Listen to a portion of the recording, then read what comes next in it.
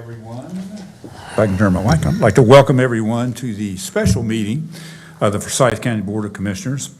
And we are actually going to begin our meeting today with an invocation by Pastor Jerry Harris from Messiah Moravian Church, who also happens to come on forward, Pastor, who also happens to be Commissioner Gray Wilson's pastor.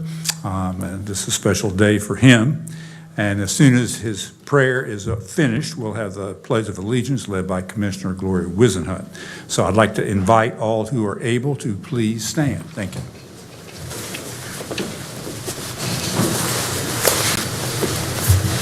Creator God, in whom we move, live and move and have our being, you enact your governance in ways covert and in ways hidden. You exercise your will for peace and for justice and for freedom. We give you thanks for the peaceable order of our nation, for the chance of choosing who will serve, not power and privilege, but the common good.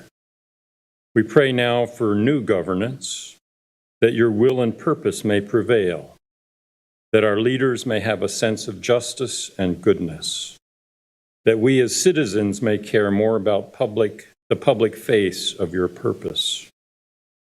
Bless Gray Wilson and all who hold office in this nation, state, county, and city, and may we lead under them a peaceable, godly, and honest life. Enable us, one and all, to be good stewards of your trust. Direct us in the way of peace and justice, that your will may be known and done among us. Amen. I pledge allegiance to the flag of the United States of America and to the republic for which it stands, one nation, under God, indivisible, with liberty and justice for all. Thank you, Pastor Harris. And we'd be welcome to return anytime again. The first item on our agenda is the administration of the oath of office by the Honorable Richard Gottlieb, Superior Court Judge, for Commissioner Gray Wilson. I'd like to invite Judge Gottlieb to come forward and ask Commissioner Wilson to join him. Thank you.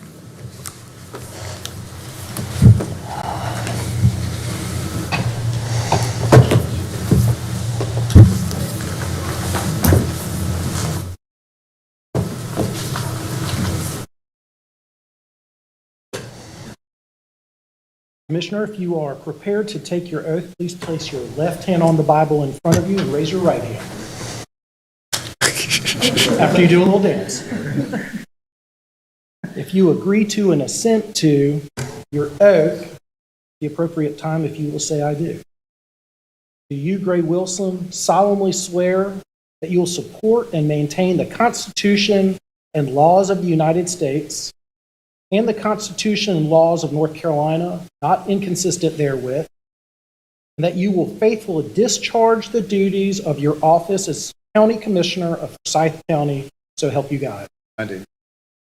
You, Gray Wilson, solemnly and sincerely swear that you will support the Constitution of the United States, that you will be faithful and bear true allegiance to the state of North Carolina and to the constitutional powers and authorities which are or may be established for the governance thereof, and that you will endeavor to support, maintain, and defend the Constitution of said state, not inconsistent with the Constitution of the United States, to the best of your knowledge and ability, so help you God. I do. And do you, Gray Wilson, swear that you will well and truly execute the duties of the office of County Commissioner of Forsyth County according to the best of your skill and ability, according to the law, so help you God? I do. Please let me congratulate you.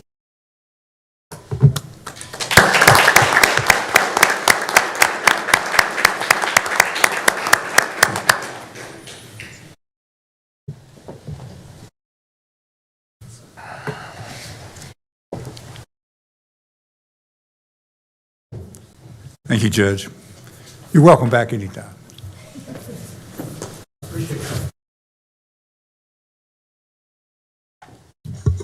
Commissioner Wilson, you have the floor. I believe that at the conclusion of this meeting, the other commissioners may make remarks about the end of the year. Since I wasn't here the entire year, I thought I would make a few comments right now. First of all, I wanted to thank Pastor Harris for being here today to give the prayer. He is a good friend, as is Judge Gottlieb, whom I thank very much. He is a superior court judge, and we're blessed to have him in our midst. But the reason I asked Judge Gottlieb to come today is that I was at a ceremony on October 22 a year ago when we had the ribbon cutting for the new courthouse next door. And that was the first time I had vocalized the concept of running for public office and told him I might just run for county commissioner. And Judge Gottlieb looked at me and said, "Have you lost your mind?" He may have seemed to be right during the period of the campaign, which was quite onerous and which I'm glad to have behind me at this point.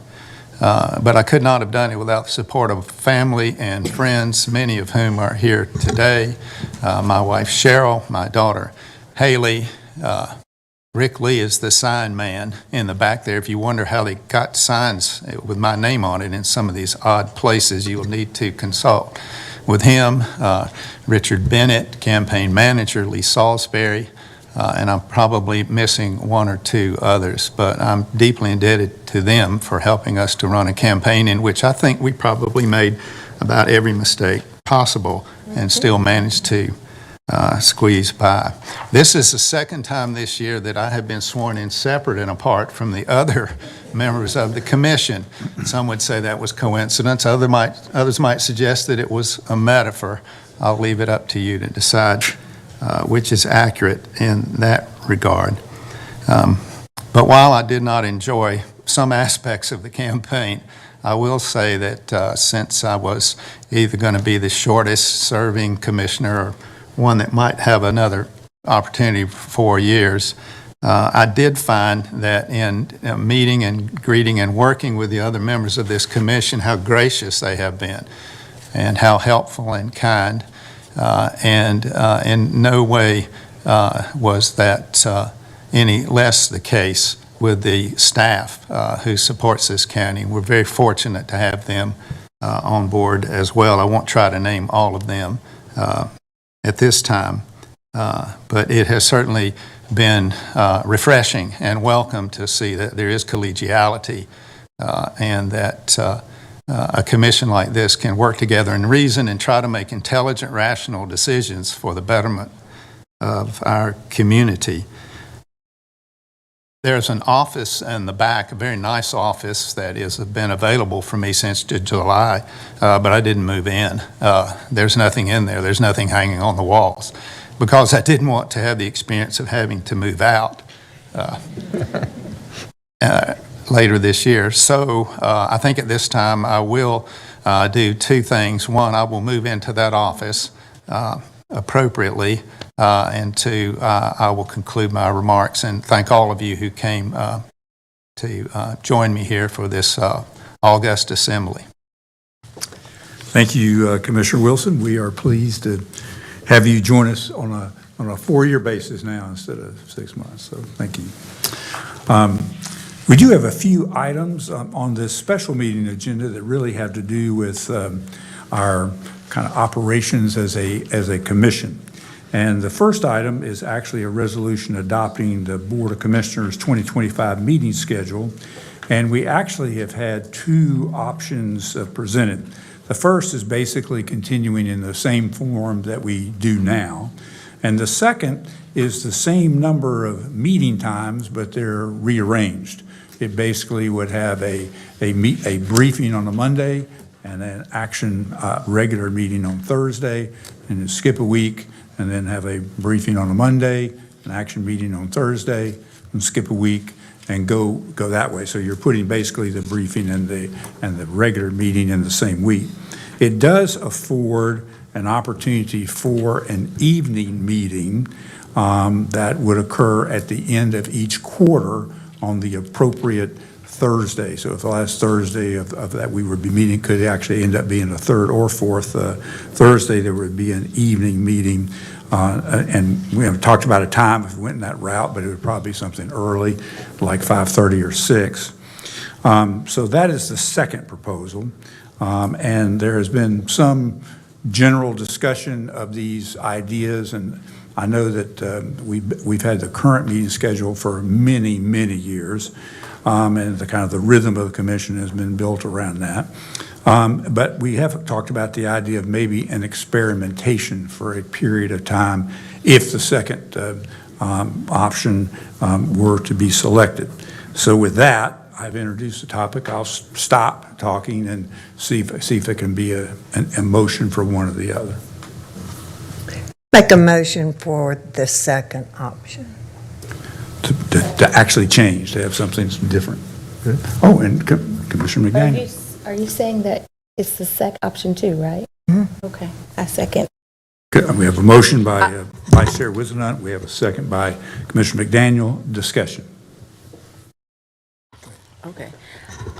So, and I guess I need to ask about a substitute, but I guess now that we're in the second, that's what I was trying to do before we got to this point as it relates to an option that would have us to meet at 5:30 on our public meeting. So if it's a briefing, it stay at 2, but if it's a public meeting, the option I would like to put on the floor is that those public meetings are at 5:30. And that can be a substitute motion. Entertain that as a motion. Is there a second to that substitute motion? Let me be sure that I've voted correctly as well. Looking here, I thought that option 2 included the schedule for by quarterly at 6 o'clock. So I'm going to withdraw my second if the option 2 did not include 6. So I'm confused with my sheet. The current motion, Maybe could we put it on the easel so that we know what we're looking at? So I can be sure that I'm voting correctly. I'll just say the current motion, which does not yet have a second, is a motion to amend, which is from Commissioner Woodbury to add the 5:30 time. Yeah. And option 2 has quarterly 6 o'clock meetings, just to clarify. Just to make sure, yeah, I want to see it, what we're all seeing. Thank you.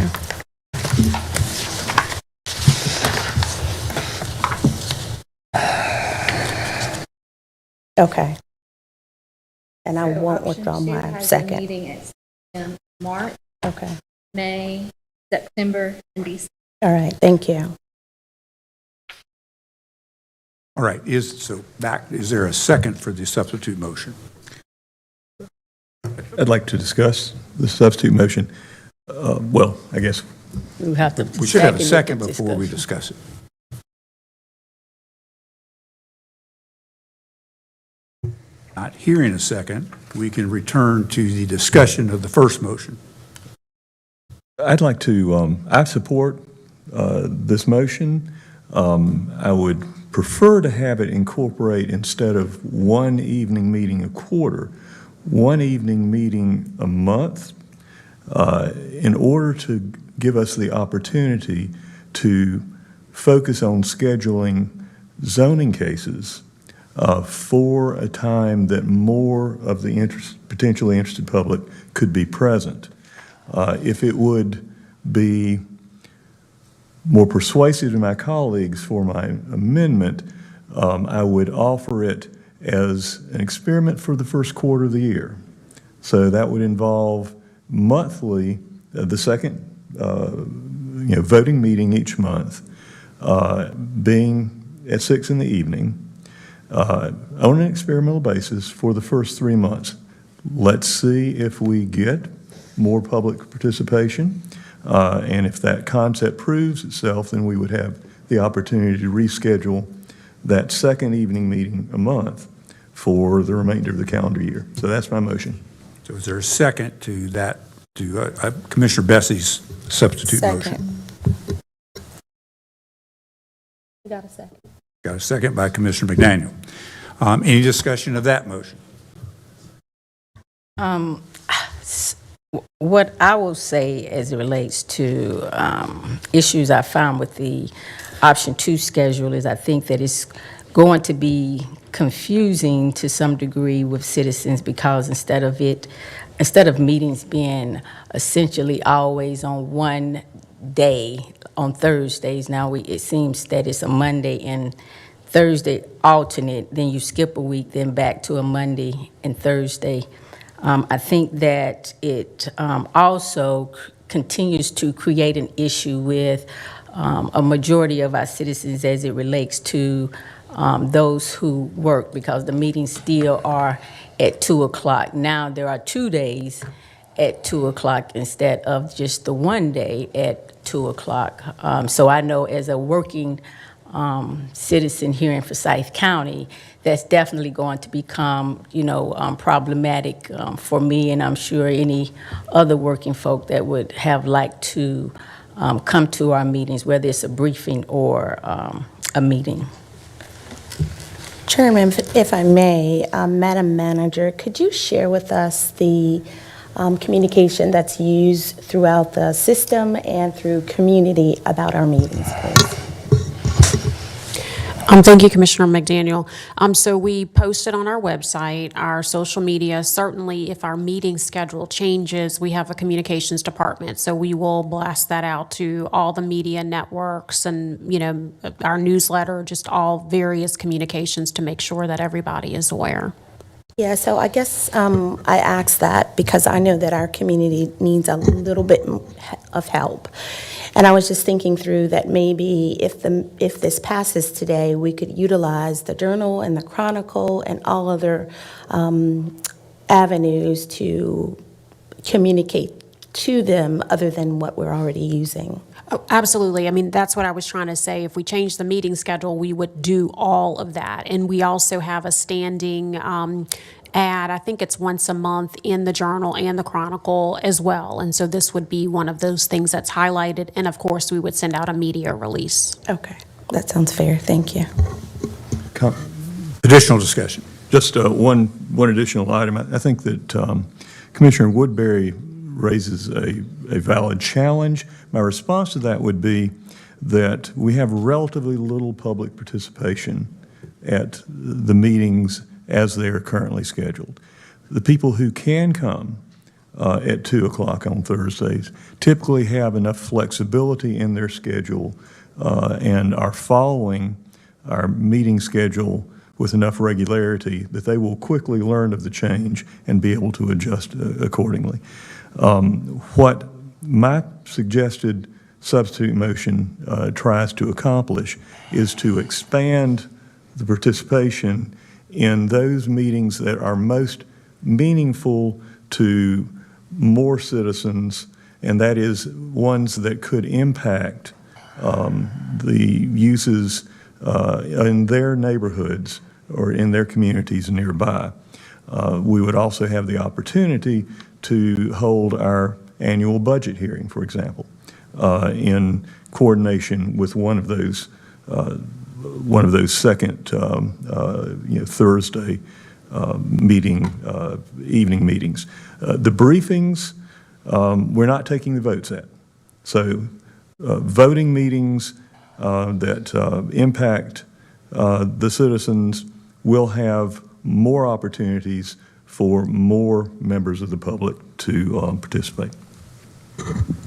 I just think with that same rationale, if we're going to offer that, providing citizens more opportunities to meet with us at later times, we'll invite more into the space to help us to, ideally make the best decisions that we can make. Since we are representing the citizens, then it would seem to me that based on the rationale to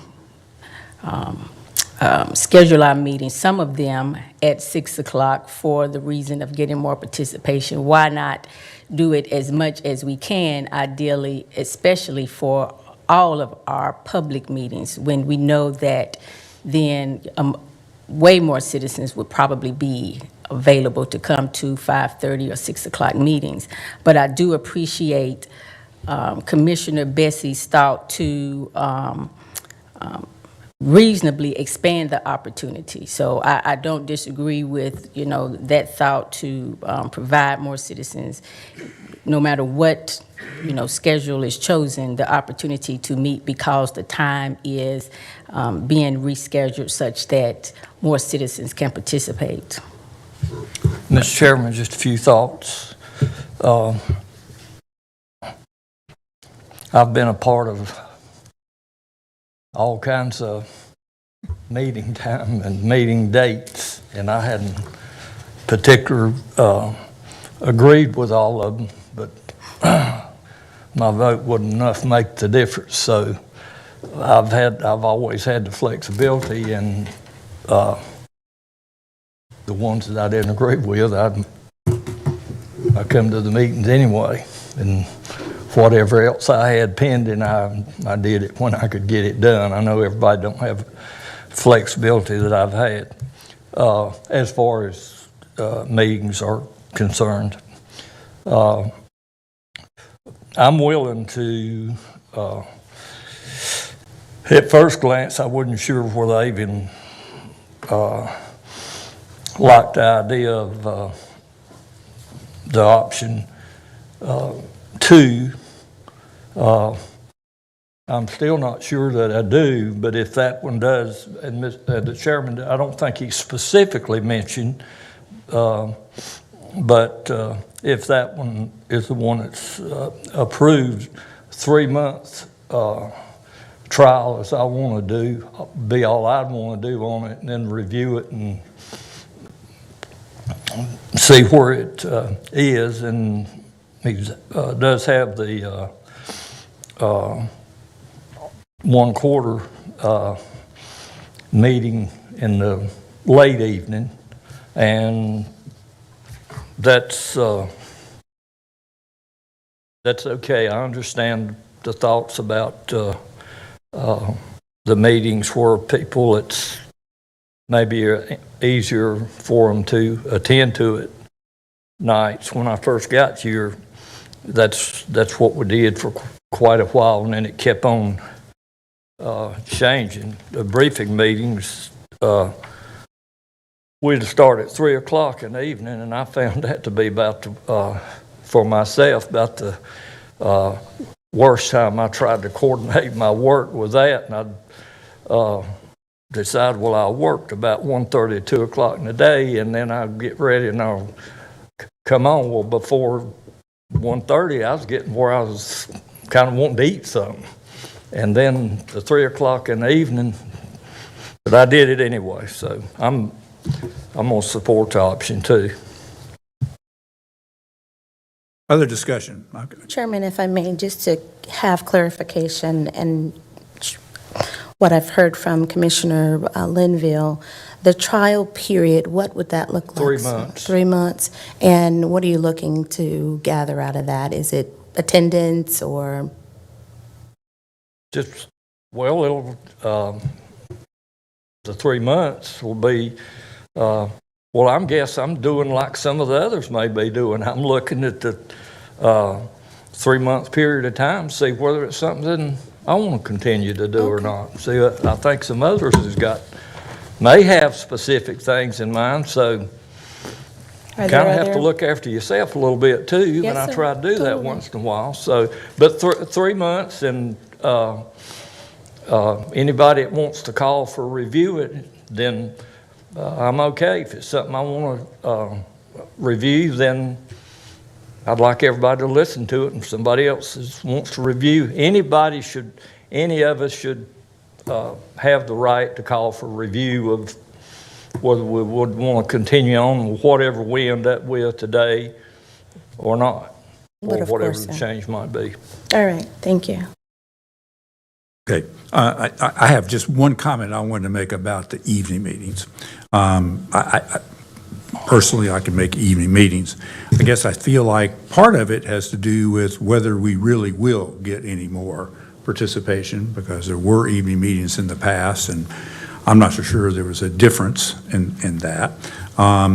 And I guess I look at it, the most meaningful, I've been on this commission 10 years, the most meaningful communication I've gotten is when someone sent me a thoughtful email that pointed out a lot of their concerns as well as why this would fit their lives.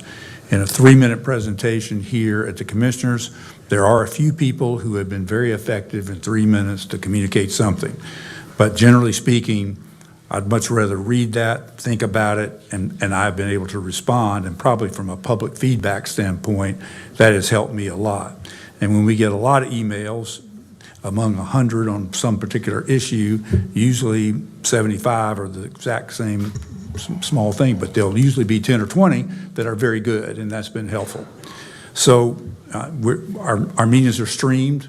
You can either watch them live. There's an opportunity for public comment on the phone from your desk at work. You could do that in the public comment section, and you can watch it in the evening at your leisure. You can stop and start it, and then you can comment on it. You know, you can send comments about it. You watch a briefing in the evening, say, boy, that is terrible. Send an email, send it to all of us or whatever. So I probably think in this day and time, meeting in the evening is not going to generate any more public participation than we already have. But I mean, I can. I mean, that's not a personal issue. I mean, I could do it. I just don't think it kind of matters in that regard to me. But I just think we do live in a different time now. I mean, streaming didn't exist when I got on this commission 10 years ago. It may have existed, but we didn't have it. Let's put it that way. I'll be a little more accurate on that. But anyway, we have a motion. We have a substitute motion on the floor. The substitute motion is actually for a 3-month period to meet on the option 2, which is kind of that Monday, Thursday at 6 p.m. Once a month on the second meeting of the month. Just to recap the substitute motion. And just to clarify, Mr. Chairman, it's a motion to amend the language of the original motion. Yes, okay, thank you.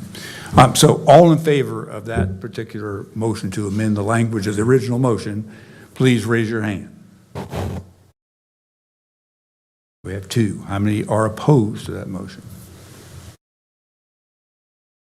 All right, it is so that motion fails. Now we can return to the original motion, which is option 2 with quarterly evening meetings. Any clarification of what that means, where we are? And although it was not in the original motion for the period of time, if we wanted to experiment for 3 months, Vice Chair Wisenut could actually make that substitution if she would like, and we could see what adding that into that motion. I certainly will make that substitution. And do we, as Commissioner McDaniel, or would you second that substitution? I will not. You will not. Is there someone else who would like to second that substitute motion? I'll second. Second by I'm not sure what Commissioner that substitute is. I'm sorry. I got lost in the substitutes. The substitute is to clarify, if we did option 2, we would do it for 3 months as an experimentation. The substitute motion, that is simply an amendment to her motion to take option 2 for a 3-month trial period, and Commissioner Linville has seconded that. Yeah. So we have an amended motion now. We would need a motion to amend the language if that's the case, because we already had a pending motion. We have a motion to amend the language by Vice Chair Wisenut, and I assume a second by Commissioner Linville. All in favor of amending the language, please raise your hand. It carries unanimously. All righty. Now, we have, yes. Excuse me. So, no, I'm not voting for, I said no. It passes, and I said no, so it's 6-1. Okay, All is well. Yes, thank sir. you. Thank you. It was a no vote on that amended motion. So now we're ready. Okay, I make a motion that we approve option 2, that we will meet quarterly at 6 o'clock, and that we will go back and assess it in 3 months. Is there a second to that? I'll second. Second by Commissioner Linville. Any further discussion? All in favor, please hold up your hand. We have 4 votes in favor, all opposed. Did you vote? You're not voting. You're abstaining. All righty. Motion carries with 4 votes. We will experiment for 3 months, and we have the schedule that will begin in January for a 3-month period on a new option, new schedule. Chairman, let me clarify something. So I got off a little bit in my motion. So it should be a unanimous vote before this last one passed, so we can get the records corrected. So can you correct that, Ashley? So it's a unanimous vote for, Not this last one, the second one, okay, which was to experiment for The 3 motion months. to amend? to amend. That is So, correct. so No, it should be option two. 7, That's correct. unanimous. Right, but not with the 90 days. Gotcha. Okay, thank you. All right. The second related business item is a resolution adopting the revised code of ethics to guide actions by members of the Forsyth County Board of Commissioners in the performance of official duties. There's been a fair amount of discussion over several months of that. Our attorney has actually done a good job of crafting and drafting both that particular motion. Is there a motion to adopt that? I'd be happy to make that motion. Is there a second? Second. Second by Commissioner Woodbury. Any discussion? I would just like to thank our county attorney, Mr. Watkins, for working personally with me to find closure in some issues I have experienced, and he dealt with it in a very delicate and humane way, and so I thank him for his service to this community. Great. I'll agree with that. All in favor, please raise your hand. Motion carries unanimously. The next item on the agenda is a resolution adopting procedures for closed sessions. We'd actually not had anything specific. This clarifies it. I think it's very practical. It's had several reviews. Is there someone would like to make a motion to adopt the resolution for closed sessions? Move to approve. Motion approved by Commissioner McDaniel. Is there a second? Second. Second by Commissioner Bessie. Any discussion? All in favor, please raise your hand. Motion carries unanimously. We have 2 discussion items related to business matters. One is digital voting, and I'm actually going to ask our county manager to talk a little bit about provide the context for digital voting. Thank you, Mr. Chairman. So after discussions with the majority of the commissioners, I was told that some commissioners did not want to continue raising their hands to vote. And so we do have the technology through the current system, through iCompass, that we've been paying for since we went to this online platform that we have never implemented. And so staff is, Ashley, our clerk, has actually been doing a lot of work to get it up and running and tested, working with our MIS department. Certainly, if it is something that the board is interested in doing, it is a platform that would be on your electronic device for you to either approve or deny votes as they come. A lot of other city and counties are utilizing a digital platform. We certainly would make sure we train everyone accordingly before we implement it so that you know how to utilize it. So it is an electronic tool for voting instead of raising your hands. Does it show the public how you vote? Mr. Chairman, it does. Okay. So we have a little light or something? What is it? Or something? What is it? I missed that discussion. What is the mechanism? So the mechanism will be found on your iPad or your laptop. You'll have to log into the iCompass system, and there will be there'll be a box that pops up for a motion, and then another box that pops up for a second, and then it will be sent out again where each member of the board will vote, and then it will be displayed once all votes are received. So it gets actually displayed on the screen. Yes, sir. So it would be on these screens, for Yes, sir. example, is how that'd be. And if you were watching at home, you would see what's on those screens, right? Yes, sir. Got it. Okay. Yes. Just discussion. Yes. I wonder if anyone else has had experience of using this kind of option in public meetings. I've witnessed it, but not utilized it myself.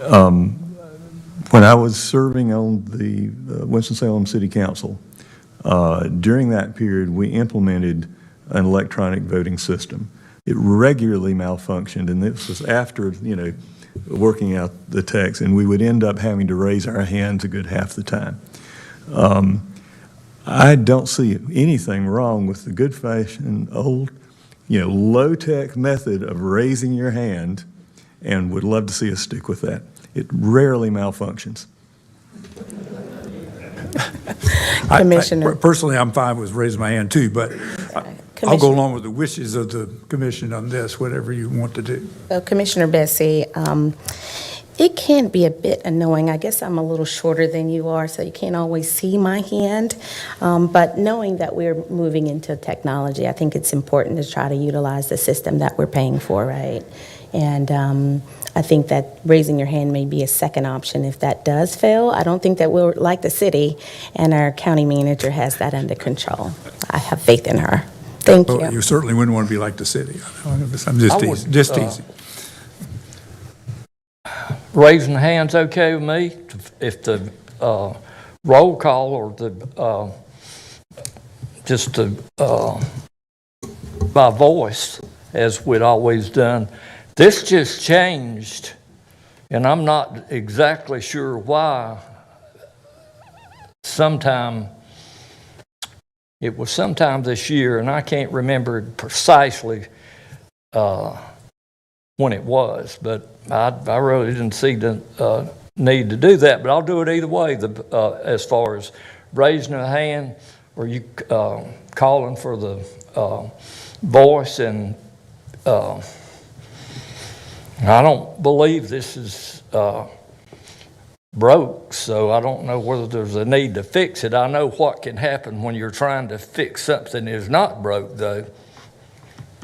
You can mess it up. I think the comment was made earlier, Commissioner Linville, that there was uncertainty whether all members were actually voting in a voice vote. And if that was presenting confusion, then you resolve that with a hand vote. And we changed upon the request of a couple of members of the public, said they were in the meeting and could not tell. So that's why we changed. That was simply to accommodate, well, if there's any doubt, between who's voting what in a voice vote, raising your hand removes that doubt. That's how we got there. And obviously digital, whatever, try it, it's good. I assume it doesn't take longer. I assume, I'm picturing Windows and filling out things in Windows and then voting, and are we going to take 2 minutes to vote or 45 seconds to vote instead of almost instantaneous? It will take more time to get through the meeting, not an extended amount of time, but there will have to be a pause. So the motion and second can be displayed, and then for folks to actually vote and display the results. If time becomes an issue, I will just say this. And it wasn't brought up by me. It was brought up sometime in the past when we changed times of meetings, that some of our meetings were taking too long.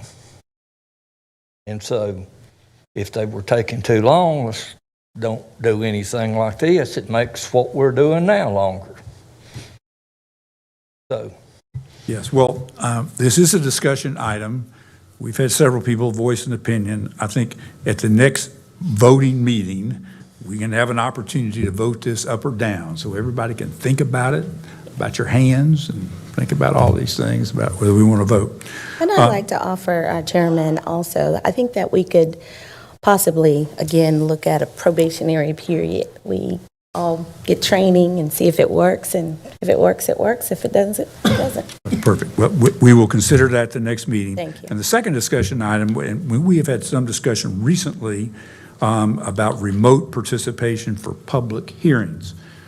Commissioner Linville was very clear in his opinion about people need to be here for public hearings and not be on the phone. Technologically, there's some adjustments on that because we have a communication to the board period of time that occurs after that, and it would require two different technology opportunities for have these call-in times. So there would be on the management side to do that. Others have said that it would be That provides more convenience for people who want to speak at a public hearing because we allow public comments electronic or by voice on the telephone. So is there any desire in having us vote on that issue about remote participation? I'll just make a comment. Ms. Chairman was putting it mildly. I was vocal about it. And so, Mr. Attorney Wilson, if you get a summons to go to court, you can't pick a phone up and call and say, I'm here on the phone when you get ready for me. They'd send a deputy, he can get you. So I'm just, people wants to, on zoning matters particular, they want to voice their opinions, and that's okay, that's the way it should be, and they need to do it right there. Any other comments on this, whether we need to consider this further? I'm not hearing any comments, so perhaps we don't need to be considering that further. So I think at the next meeting, we can talk about digital voting. We'll have an up or down vote, and that covers that. All right. We have now arrived to actually, our tradition in our organizational meetings is to actually have a year-end review, and I had that prepared, and I will try to read it quickly. I'll have some, I'm not going to read it all, but I'll try to just talk through it pretty quickly. I can tell you that having been here for 10 different ones of these, most every year when you look at it, it's pretty busy. And I can tell you this year, 2024 has been especially busy. And I'm going to highlight a few of the events and changes and accomplishments during the year. And I have them arranged by category. And the first one I'm going to quickly review is the key leadership changes and elections for this year. And in January, we selected Krista Smith as our Director of Social Services. In June, County Manager Dudley Watts and Commissioner Dave Plyler officially retired. And after a search, we had ready to go. Chantel Robinson became our county manager in July. Denise Price took her place, was promoted to deputy county manager, and Commissioner Gray Wilson was appointed to replace Dave Plyler. Deputy County Manager Damon Sanders Pratt also retired at the end of July. And in August, we had Kyle Haney promoted to Deputy County Manager. And we had Kirby Robinson was appointed to take his place as a Community and Economic Development Director. In November, of course, we just had the election, and Commissioner Wizenut won re-election, and Commissioner Wilson was elected for the first time. In the areas of economic and workforce development incentives, we have been very busy. In March, Forsyth Works, a partnership between County, Greater Winston-Salem, Inc., Winston-Salem Forsyth County Schools, Forsyth Tech, and Goodwill Industries, launched its virtual and in-person hub. In April, we approved a first of 4 economic development incentives. We approved $69,000 plus for Riddell Incorporated and Manufacturing Facilities, creating 50 full-time jobs at an average salary of $65+ grand. In May, John Deere committed to a $70 million expansion, creating 150 new full-time jobs over 5 years. Commissioners approved $944,000 plus in incentive package. In June, we improved incentives up to almost $48,000 for Excel Interior Door LLC, supporting 69 new jobs. And in October, Foster USA committed to 165 new jobs and to relocating 140 jobs from Greensboro, with commissioners approving right at $89,000 in incentives.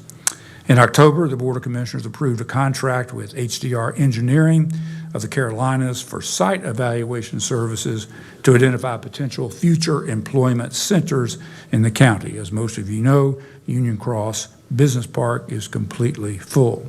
So during 2024, we had 574 new or relocated jobs added to Forsyth County during 2024. In community investments, we launched Forsyth Rides to assist residents with transportations to work back in March. In June, we approved our budget, $588 million, without a tax increase, Some of the key allocations were $8.3 million additional funding for schools, supporting salaries and tech upgrades, $1.7 million for school bus and school radio systems, $425,000+ for additional public health school nurses, and $1.9 million in grants to 19 community organizations. In July and August, county management hosted community listening sessions at all 10 public libraries. Many commissioners were able to attend along with other staff.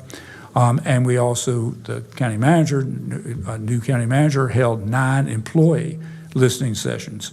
In September, we received a $500,000 grant from the state for Phase 2 of Blues Lake Park development. In the area of infrastructure, safety, and emergency response, in January, we added MedX, a third non-emergency ambulance transportation company, to improve services. In May, Sheriff Kimbrough conducted a demonstration of a drone delivering a defibrillator, thanks to a Duke Medical Center grant that was received in late 2023. Forsyth County will be the first location in the United States to use drones for this purpose. And one of the key reasons that we were selected was because Forsyth County and the state legislature supported the installation of the Atlas ground radar system by AeroX. In September, over 100 employees assisted with emergency disaster response in Western Carolina following the devastation provided by Hurricane Helene, and we provided resources, coordinated relief efforts, and supported displaced residents. And I actually, every day, I still think about the families that are still displaced. Here we are almost 3 months later, and that are still starting to literally dig out and negotiate all the FEMA work and so forth. And we get FEMA emails every day. In December, we learned that Smith Reynolds Airport will receive a $2 million grant from the FY25 Bipartisan Infrastructure Law Federal Aviation Administrator Contract Tower Program. We're one of 20 grants in 15 states. In fact, we're the largest grant, and we were selected over 62 other requests for funds. My hat's off to Mark Davidson and the work they did in preparing that proposal. In the governance and policy arena, in September, we adopted an outcome-based funding policy for community grants, improving that system, and it actually opened our, in October, an early grants application cycle. Those are now actually all in for fiscal year 26. And today, we actually adopted a revised code of ethics and a new ordinance related to procedures for closed sessions.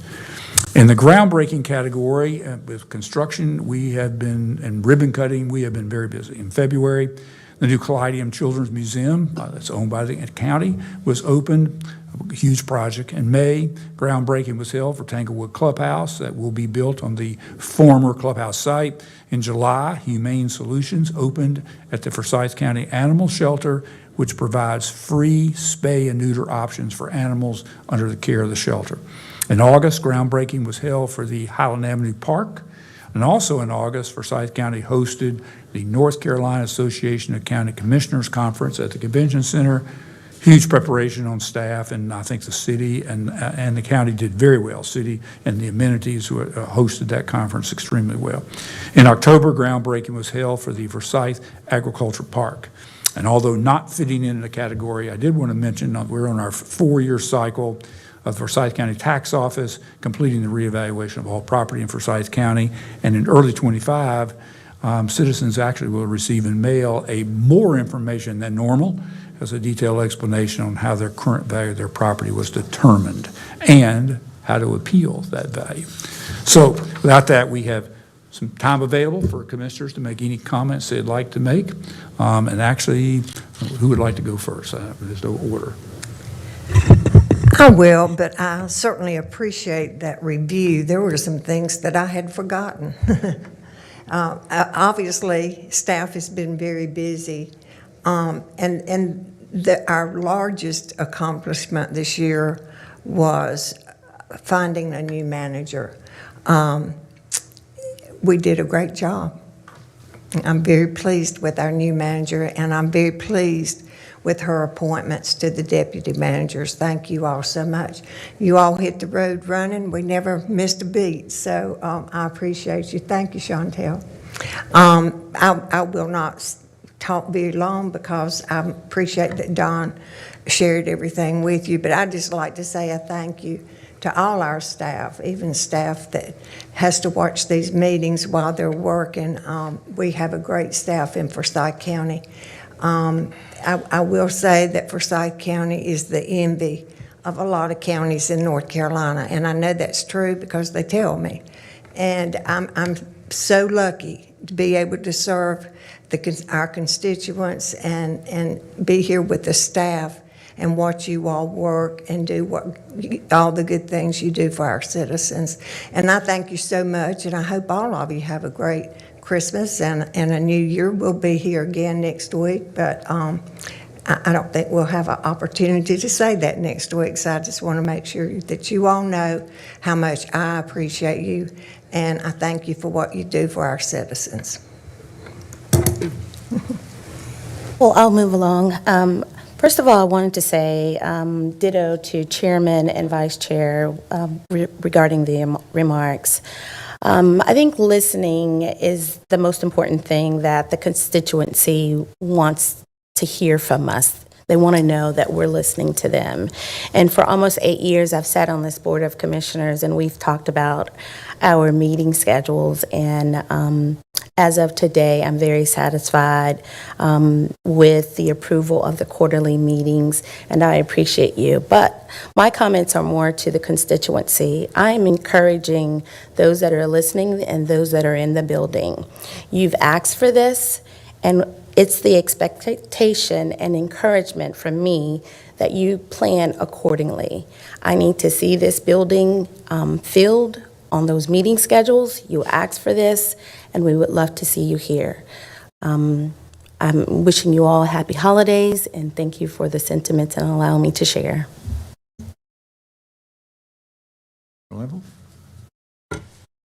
I would second Commissioner Whisenhunt's comment about a county manager that's just been seamless. So someone told me, I believe when she was having the listening sessions around different places, and she had one at Walkertown Library, and I saw somebody later on. I wasn't at it, but I saw somebody later. Said that that new manager is pretty smart. I said, no. I said, the new manager is smart. So that's worked out well. Thank all of the staff for all you do for us and getting us information that we need to make the best decisions that we can. So thank everybody, and good working with the commissioners. We don't always agree on everything, but that's good. Just when we don't agree to disagree. That's the next best thing I can come up with.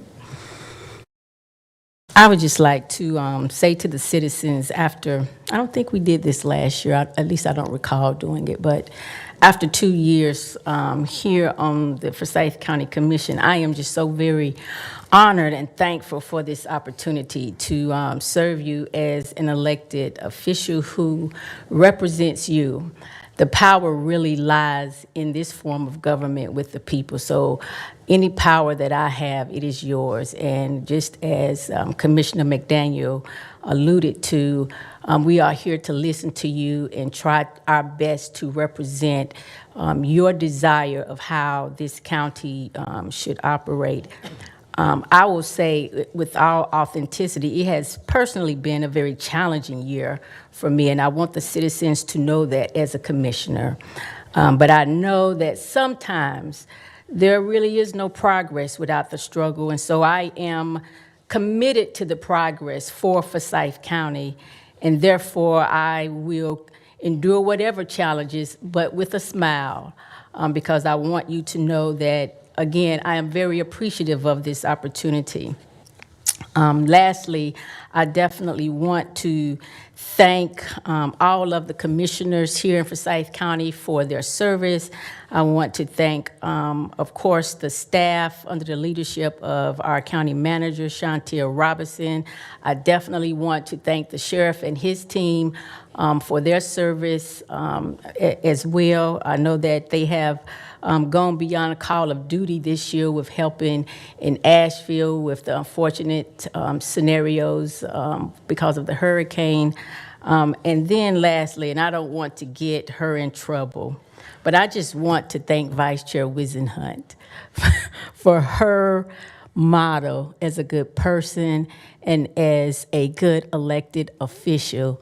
And I say that because I know that she has personally gone out of her way to make sure that I transition effectively from school board member to county commissioner. So I wanted to thank her for that. Thank you. Mr. Bessie. Thank you. This is the conclusion of my second full year of service as a member of the Board of County Commissioners, and I am still thankful for the experience and the opportunity to serve all the people of Forsyth County for the first time in my public service career. And it is a new experience, but it's a value one. 2024 has been another productive year for Forsyth County. I will not duplicate Chair Martin's excellent enumeration of some of the many ways. I do want to also thank our hardworking county employees and staff and to congratulate our new county manager and deputy managers on a very strong start. Thank you.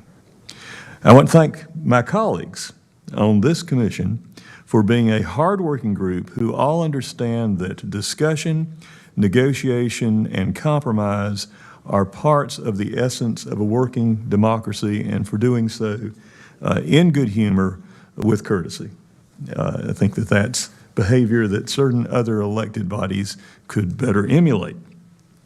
And finally, I want to thank the citizens of Forsyth County for letting us know what you think, often in no uncertain terms. Please keep it up.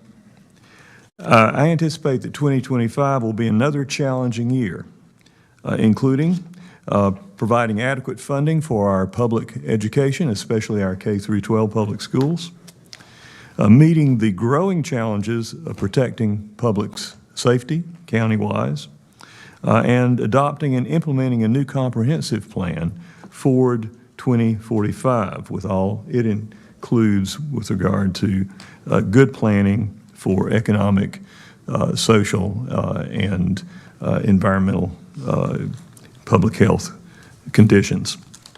I promise to continue to do my best to approach these challenges with both sound principles and an open mind, listening to the diverse views and voices of our communities across Forsyth County.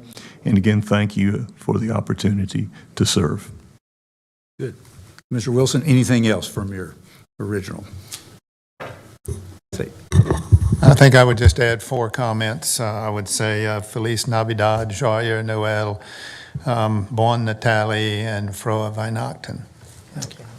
That's very good. Well, your German visit there at the end, very good. And I didn't really, I gave the year in review, and I don't want to repeat all that's been said, but I do know that in that list of things throughout the year, clearly a few of them were in the routine category, but almost all of them were like a lot of extra things.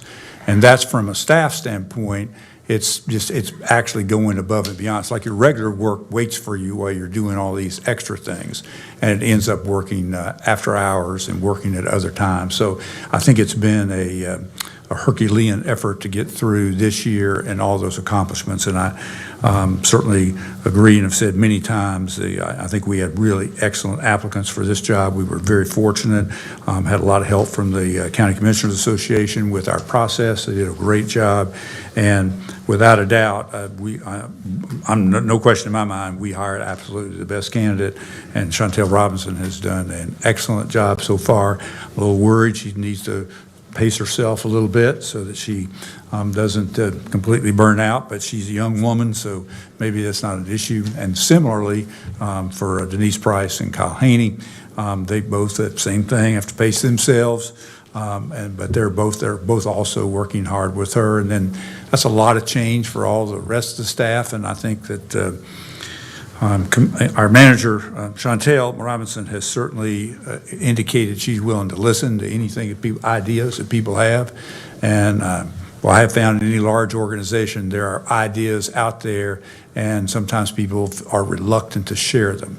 And I hope that people will take advantage of those opportunities to share them. And I think she's a great listener, and certainly appreciate it. So thanks to all of you.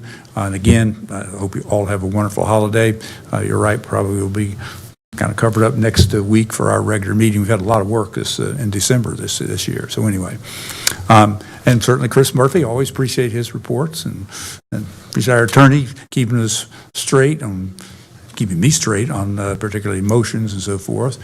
We've just got our audit report today, which we're getting ready to hear the review of in a discussion item, and it has gone very, very well. So I thank all of you in the budget office too. So we stand adjourned from our special meeting, and we're now ready to begin our actually briefing for next week. And we do have one discussion item at the very beginning.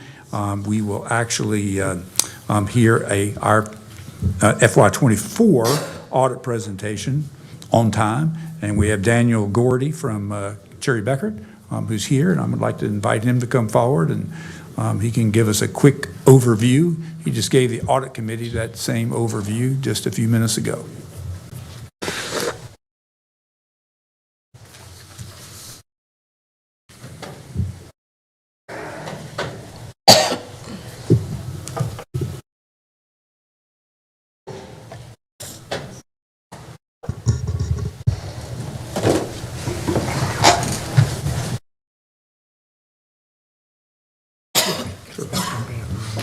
Okay, good.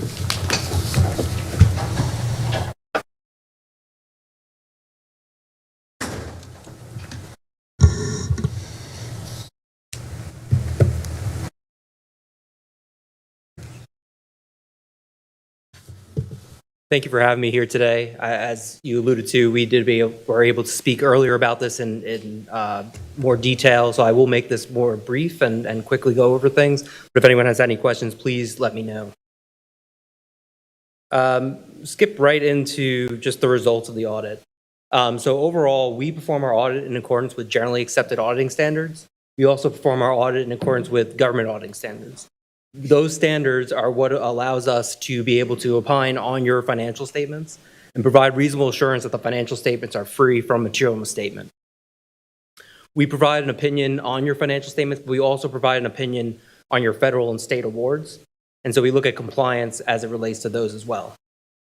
In all cases, we issued unmodified opinions, which is also known as a clean opinion. It's the highest level opinion that we can give under our auditing standards.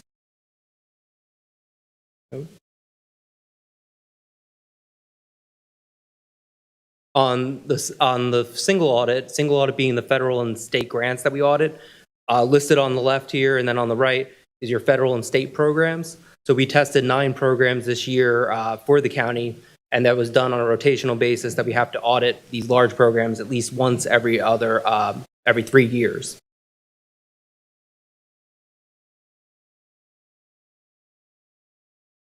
This slide is just saying that we do not provide an opinion on internal controls, although we will report if we find any issues with internal controls. But we do not express any opinion on those controls and the effectiveness of those controls.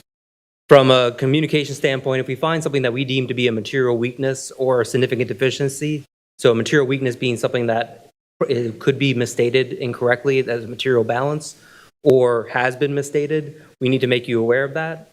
A significant deficiency is one less than a material weakness, but still important enough to make you aware of. And we did note only one significant deficiency I'll speak to on the other slide, and that's relating to the compliance audit. On the financial audit, we did not have any findings to report to you this year. This finding that we had that we deemed to be a significant deficiency related to your Medicaid testing. We didn't find any issues with eligibility. In no cases were there anybody determined to be eligible by the county that were determined later to be ineligible. It was just documentation errors in the thing and the follow-up of the control to make sure when errors were found, they were remediated properly, and that the person that made the error had received the response and feedback so that they would not make that error in the future. As part of our audit, if we find any corrected misstatements or uncorrected misstatements, we need to make you aware of those. Happy to say we had no corrected misstatements. That means we did not find anything material that we required the county to correct as part of our audit. What they provided to us at the beginning of the audit is what we are opining on and what is in your annual comprehensive financial report. In terms of the uncorrected misstatement, it has to do with revenue recognition for the opioid settlement funds. Is more of a technical accounting issue in terms of when that revenue should be recognized versus reported as a liability. And so that was correctly this year reported as revenue. Note 1 is where your significant accounting policies lie. The county did implement GASB 100 this year, but it did not have a large effect on the county financial statements. We did not find any related party transactions that we were not already made aware of as part of our audit, and we didn't find any issues with any arm's length transactions. If we find anything that is deemed to be significant or unusual in nature, we need to make you aware of that. We had no items that met the definition of that. As part of developing the financial statements, management uses a number of estimates to develop a number of the large items, especially related to your pension liabilities and related to your other post-employment benefit liabilities. We looked at the estimates that were used to develop, made sure they were consistent with previous years, and made sure that they were reasonable in nature based on the inputs that were used to develop those estimates. The financial statement disclosures were clear, neutral, and consistent. No issues or no particular disclosure in particular that we need to make you aware of. Non-attest, attest being audit services. If we provide you with any services that are not considered to be an audit, we need to make you aware of that, and we need to make sure that we are still maintaining independence. We do provide you with some services as it relates to consulting services with your implementation of ERP and general reconciliations, but we do not provide any management services over these. We just provide it in a staff capacity, and ultimately the county is responsible for making sure that these are correct. We had no difficulties encountered as part of our engagement. We had no disagreements with management. We had no auditor consultations as it relates to internally within our firm on any matters. We had the manager representation letter that was dated November 25th, the date of the audit opinion and when the audit was submitted to the state. Management did not consult with any other auditors on any accounting treatment that they disagreed with. There was no other findings or issues noted. As of the day of the presentation, no fraud or illegal acts or violations of law were noted other than those that were made aware to us throughout the audit process by management. And there were no events or conditions noted to indicate any substantial doubt of the county's ability to continue as a going concern. This slide and the slide right after it really just speaks to all the other information that's in your annual comprehensive financial report. We opine on the statements and we opine on the notes, but we do not opine on any of the other information that begins your financial report or ends your financial report. We do provide an in relation to opinion on some of your budget schedules, but otherwise we do not provide any assurance on that information.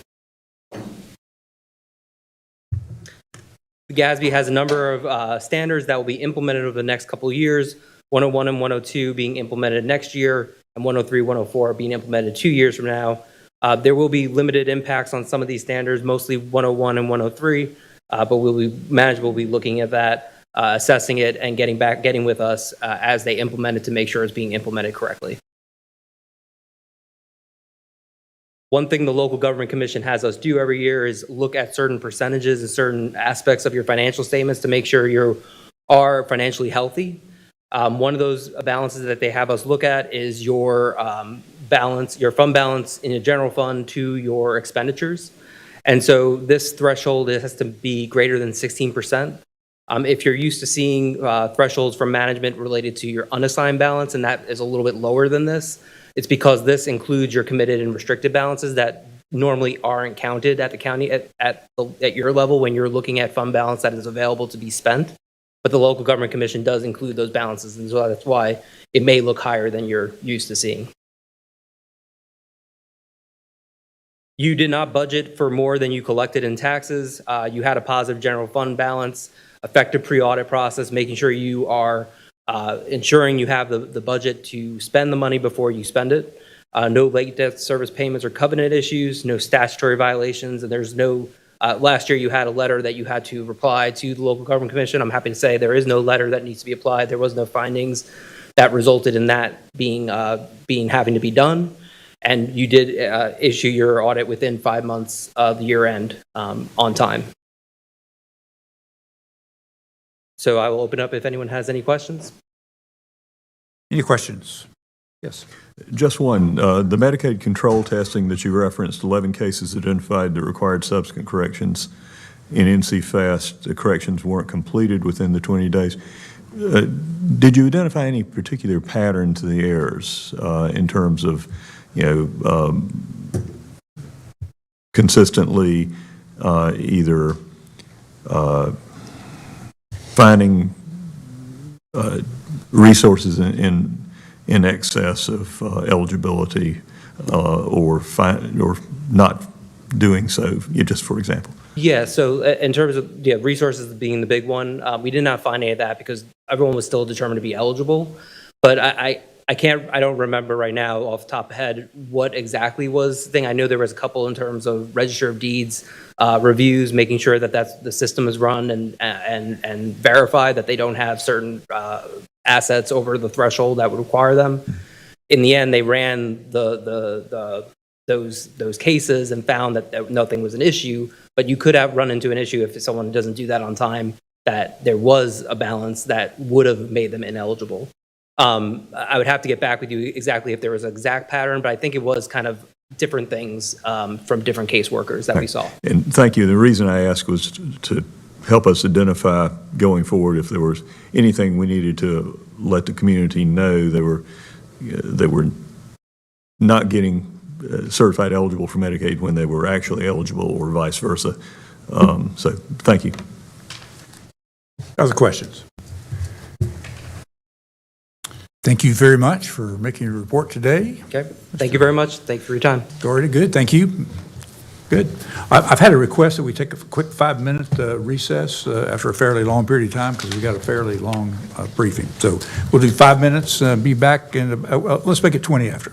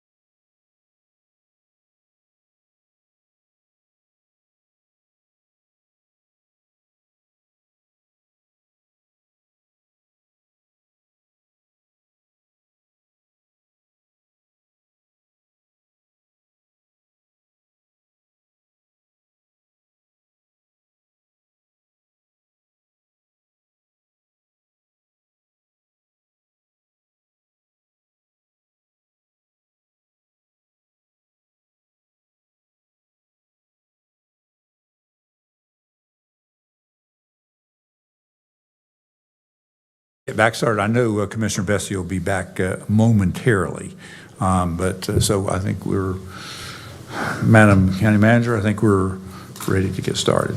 Thank you, Mr. Chairman, minutes and good away. afternoon, Commissioners, staff, and guests. The items before you are for consideration for the December 19th meeting. Agenda item number 1 is a zoning petition of the Pettit Revocable Trust from AG and RS20 to RS20. Chris Murphy from our Planning Department will brief this item.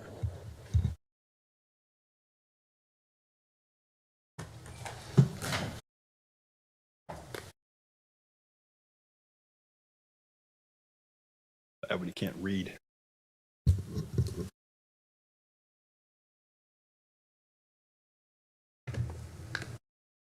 There we go. Thank you. More my eyesight than anything else.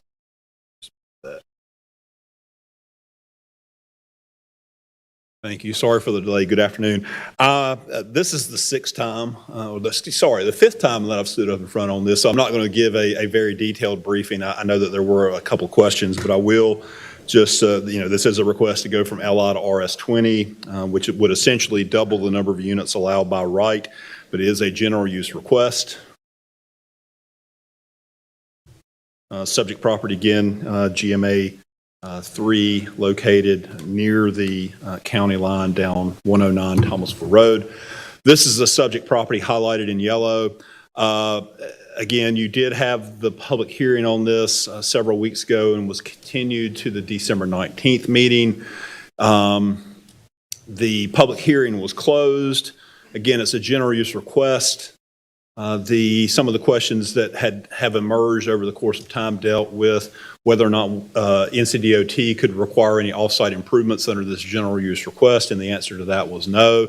There were also some questions that centered around fire access and how the fire department would look at this, whether it would be standalone with a future subdivision or whether it would be cumulative looking at the existing 1950s/60s subdivision that has been there. I know that Brock Turner is here to answer those questions. With that, I stand ready to answer any questions that you might have of me. Otherwise, obviously, I sent you a memo that went into some of this information, but I could not answer the fire question last week. I know that Commissioner Linville asked about the capacity of Thomasville Road, and I think that was sent back to you in a separate email earlier, late last week or early this week. But the existing traffic out there is 14,000 trips a day roughly, and the capacity is 31,000 trips a day. But again, it's currently a 2-lane cross-section, and given the volumes and the speeds and some of the undulating terrain, there are some existing issues without having turn lanes going into Southland. With that, I stand ready to answer any questions you have of me, and like I said, I can turn it over to fire if there aren't any. Maybe you can just clarify this for me.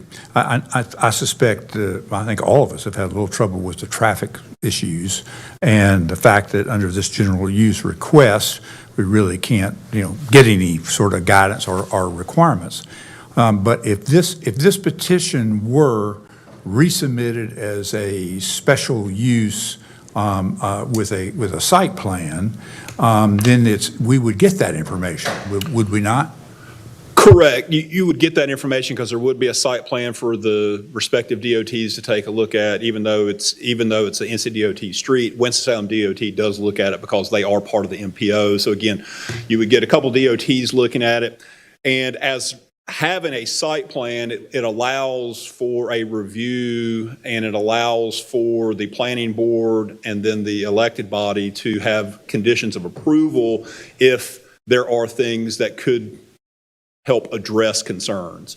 So in this instance, if you were so inclined, if it was submitted as a special use district request, and if you were so inclined to approve it, it could be approved, but with conditions of approval relating to the driveway permit, with turn lanes, if there's a need to, make some improvements to the existing streets in that subdivision, those things could be done so long as it met that rational nexus test and it was looking at the impacts of this development, not looking at the existing issues that are in the area. So again, it's a fine line to walk, but to answer your question, yes, if this were to come back through a special use district zoning with a site plan, those things could be looked at and could be addressed through conditions. I mean, for me, that's something that would be very helpful, I think. But we all realize that it could be developed with 46 homes with nothing happening. I mean, it's basically, that could happen. That's good. Would anyone like to have Brock come forward and talk about the fire stuff kind of piece? Here he is. Thanks for being here today, Chief. Good afternoon. I guess what questions can I help answer? Well, can you just tell us, first of all, what the rule is? All right, so the North Carolina Fire Code is what we use to, when we're looking at subdivisions. It's actually the appendices in the back of the fire code, which wasn't enforceable by our office until 2018, when this board approved for it and went to the Building Code Council and they approved it. Since then, there has been some changes to the state level which affected this code. Typically, what we do is when the planning or inspection sends us over the plans, we review them, we make sure that they do meet those current codes. This one was a little bit different because when we got it, it just showed, I guess, what's highlighted in yellow. It didn't really show the existing streets. We really kind of took that into consideration, went back and looked to see if we can count those existing homes into the proposed subdivision. And given the fact that they were built back in the 50s and 60s, we didn't think that we could count those.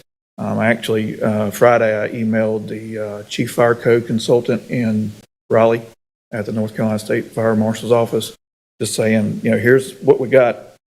Fortunately, the fire code's not always black and white as I would like for it to be. So we emailed him, and if it's not part of an existing subdivision, he didn't think that we could count those. But also going back to what we're talking about, fire department access roads are primarily for the fire department to get from the fire station to wherever we're going. They can be public, they can be private. If the developer chose to, he could make it private, put a gate on it, as long as we approved it, nobody else could really use it. So we have to take that into account as well. But given the age of it, we just didn't think that we could apply today's code in with that existing. Going back, we looked at the maps provided by Map Forsyth back to the 50s, and it starts as a dirt road and then it kind of gets built upon. And, kind of looking at that, when we look at, there's several similar situations to this throughout the county that we're going to run into. And Commissioner Linville brought up a good point at the last meeting. We've developed a lot of our good land, and now we're trying to make things fit where we can, which doesn't always go with the code. There's been some changes, like I mentioned, at the state level, where the developer or the landowner can come back to us and say if it's technically infeasible for them to do it, whether they're landlocked, bound by water in this case, that we, the fire code official, shall not require the separation to be reduced. And in this case, I don't know where the second means would go. Got it. Further questions for Rob?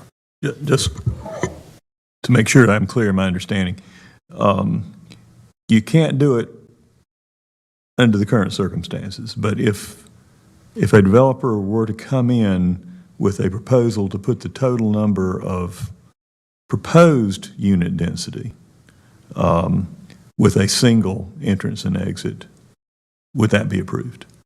So if it was over the 100, we would automatically require the second fire department access road. Yeah. But if, given the new state law that come through, they push the exception that if they come back and say it's technically infeasible and they can prove that they're landlocked or topographical waterways prevents them from doing that, then we either shall not enforce it or allow that those remote exits be combined or brought closer together. The whole idea behind it is if we lose access to one road, we can still get a fire truck in somewhere else or emergency vehicle. Yeah, and presently, under the existing configuration and single connection point, you've only got one way in. That's great. All right, thank you. Along those lines, I'm not exactly sure, but it's just for conversation. Let's say that the current development that is there now was not there. And all of it was being asked to be rezoned. It sounds like to me that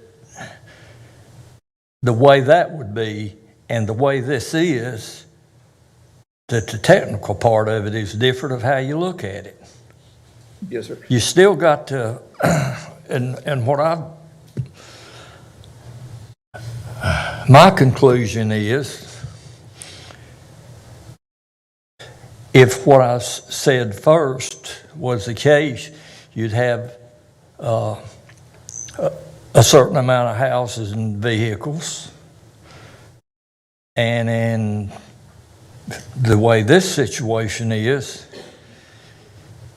you're going to have a certain amount of houses and vehicles, but it's being looked at different. But the vehicle count, to me, would be about the same. So the fire code has really no jurisdiction to dictate how many vehicles can be on a road. I can just only require, there's, I guess, enough roads, at least one, to get from the fire station to the home. And in this case, if this was all brand new and was over 101 homes, then we would require a second exit unless he still, or the property owner or developer would come back and really it's thrown back at them the way that the state law was written. If they deem it and then they notify us, it's just one of the challenges when somebody doesn't agree with the fire code. You either go to the building code council, get it changed, or you get it changed at the state level, and then we have to follow suit with it. But if this was a brand new subdivision, it was over 101 homes, we would require it. But if the property owner come back and said it was infeasible, that they could not do a second fire department access road, then we would have to go down that road.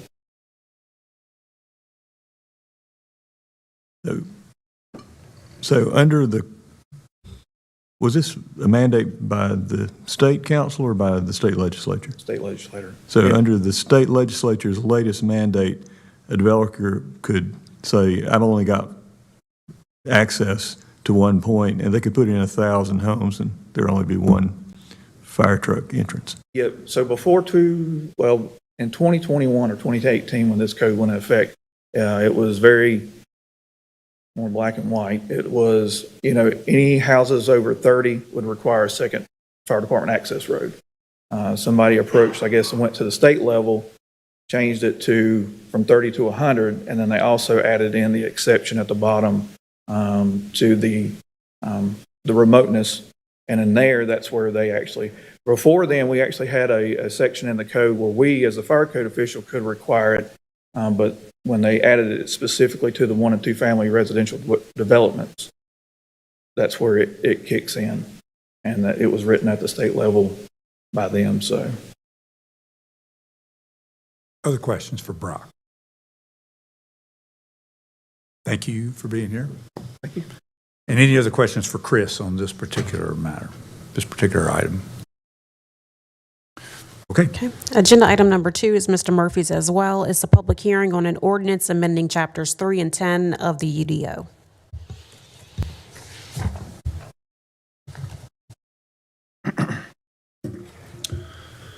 Good afternoon again. Yes, this is a text amendment proposed by staff. This is what we would oftentimes in the past refer to as a cleanup amendment to address some issues that were either found by staff or there were changes to statutes or some inconsistencies. In this case, Chapter 160D contains regulations governing development in municipalities and counties within the state. It has specific requirements in Section 160D 406 related to quasi-judicial proceedings for the city and county zoning boards of adjustment. Section 406 requires variances to be approved by a 4/5 majority, while other ZBOA decisions are approved by a simple majority. The current UDO language for the city and county is not consistent with these statutes. As such, staff has proposed in this text amendment to clarify these provisions. As I pointed out last week, I do want to point out that our rules of procedure that the boards of adjustment are using are consistent with state statute, but the ordinance that supports those have not been amended properly. So that's what one of the things this text amendment hopes to achieve. Other things include minor changes to the site plan and special use permit requirements to address inconsistencies to make sure that in our ordinance that we specify which site plan goes with which type of application. And then the final thing is replacing titles like the Director of Planning and Development Services in the UDO. It's been in there. It's in there under the old system where you had the Planning Department and the Inspections Department were two different entities. So you had Inspections Director, Planning Director. This just goes and tries to make that consistent throughout the ordinance. These are some of the specifics that it gets into. I'm not really going to go into that. If you have any questions, I'll be glad to try to answer them. Again, that just kind of recaps what I just went over. At the end, this went to the Planning Board in July. There were no speakers in opposition, and the Planning Board did vote unanimously to recommend approval of this to both the City Council and to the County Commissioners. It has gone to the City Council and was adopted by them back in September. We're bringing it before y'all at your public hearing to be held next Thursday. And with that, I'll be glad to answer any questions. Questions for Chris? Thank you. Agenda item number 3 is Mr. Murphy's as well. It's a public hearing on the zoning petition of NCCL 6220-40-80 Clementine Drive LLC from LI to GIS. Jumped ahead one. Yes, this is a request, as the manager said, to go from LI to GIS out on Clementine Drive. The proposed uses, majority of the uses that are allowed in LI currently, with the addition of manufacturing C at the time of the request to include those 325 uses and 327 uses. Almost all 325 uses have to be considered manufacturing C. There are a couple exemptions to that, but that is the reason why they are having to ask for GI in this otherwise LI area. Since that time, they have further narrowed that down to a specific NAICS code, 325988, I believe, and that is in the revised consent to conditions that are before you for the approval of this. Just a little bit of context of where we are. It is located within GMA 3. It's located on the east side of Hampton Road along Clementine Drive there, close to the Clemens municipal limits, and it is located within GMA 3, Suburban Neighborhoods Growth Management Area. Subject property highlighted in yellow, again, existing Clementine Drive in an otherwise LI area. Again, they are requesting to go to GIS. Subject property outlined in yellow on the countywide aerial imagery. I do want to point out the proximity of the Pepper Tree subdivision to the subject property is less than 500 feet, which is indicated by that area. The area shown in green is the 500-foot limit, which is the notification area where our notices get sent out to. And it does go and touch several of those single-family residential properties. Subject property shown on the Clemens Comprehensive Plan. I will note that y'all have not adopted this plan because it has not come to you, but it does recognize the existing industry.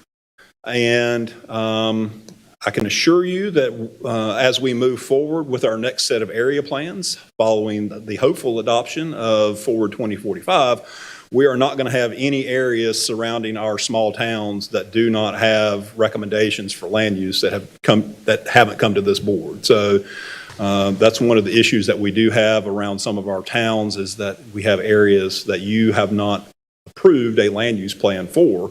And this is one of those areas here. But again, it is an industrial area, so I do want to call that out.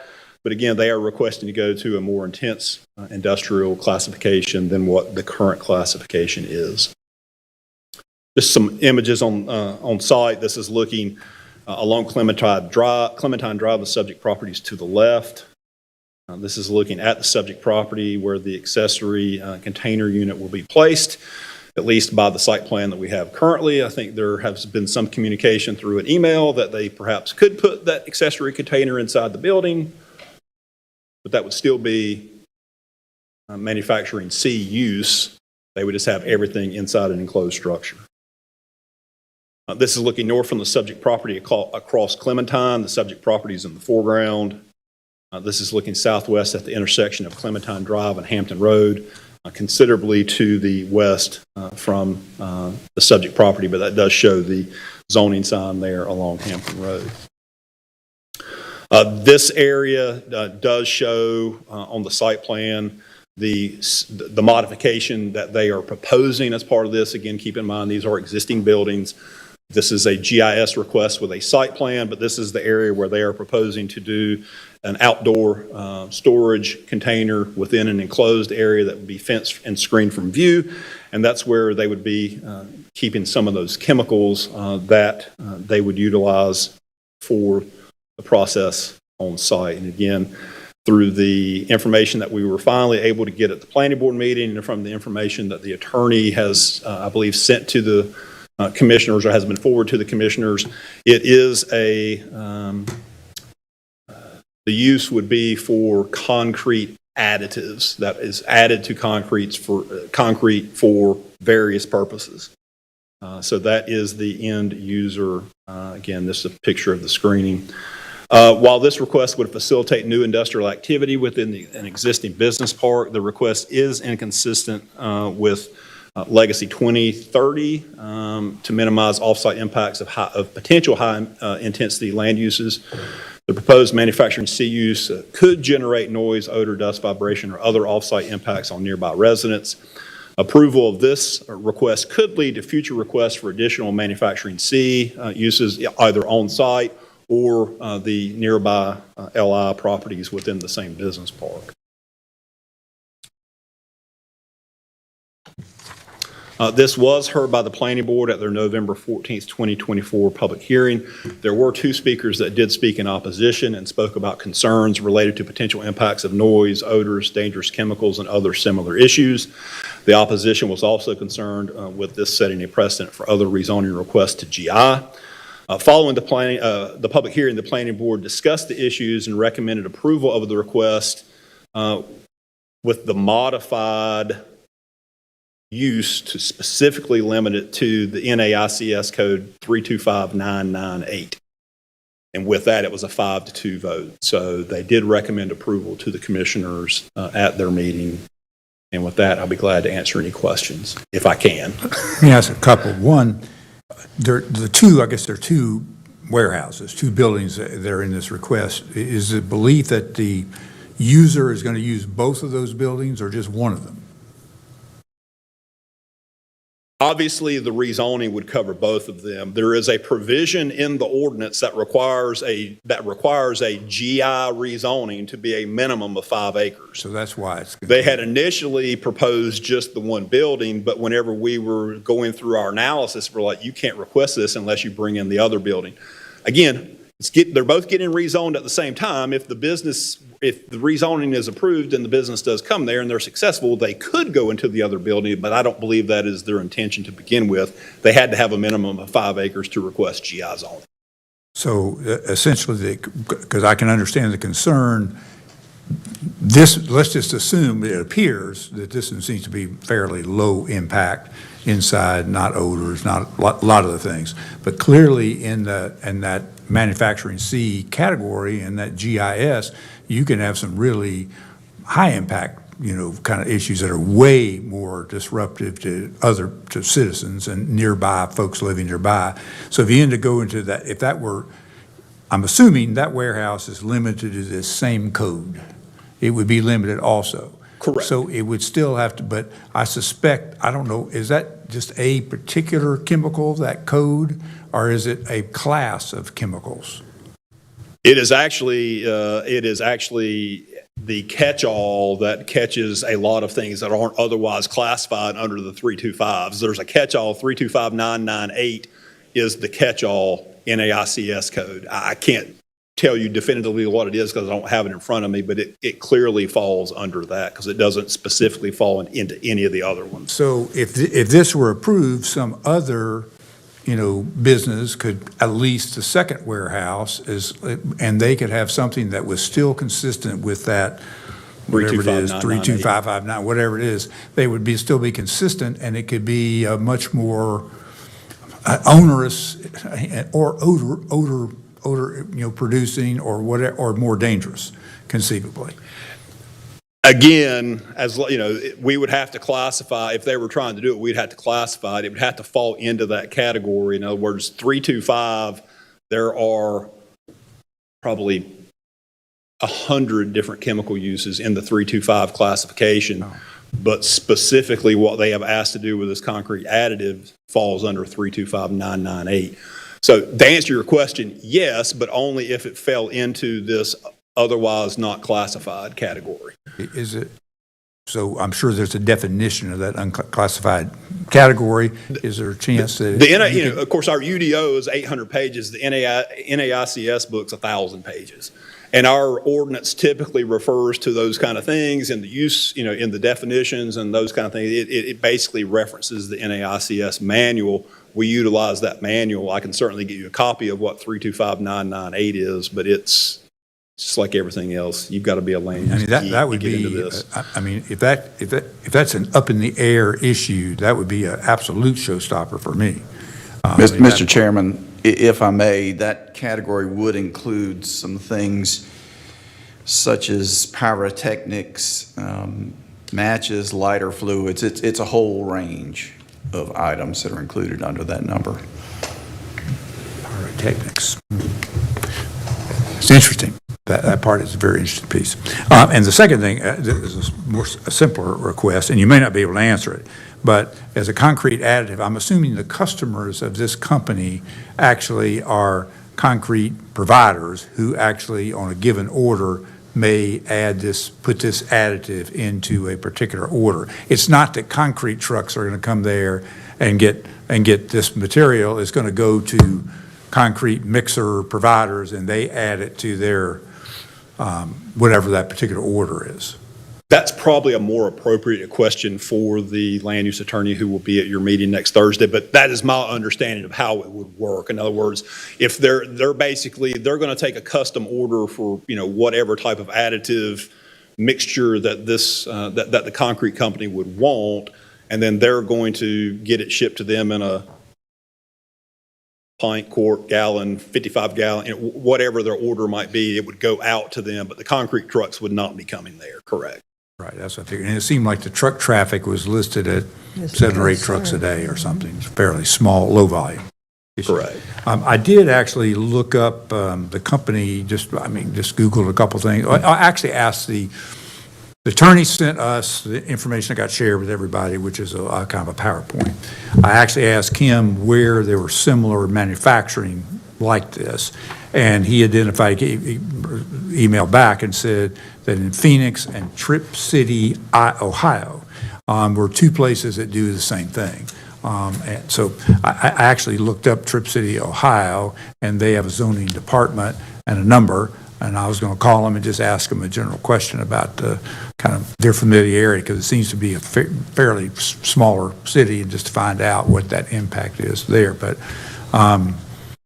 But if they're not prepared to lease both of those warehouses, that could be a real big issue for me if they not do that.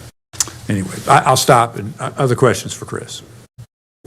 Chris, with regard to these raw materials that are listed, over 30 of them, I think, in the materials they provided, other than these categories you enumerated, NAICS, whatever, do you have access to someone with the chemical expertise to provide data with regard to their various properties, negative properties like toxicity, volatility, half-life, shelf life, flash point, odor, cleanup cost, et cetera?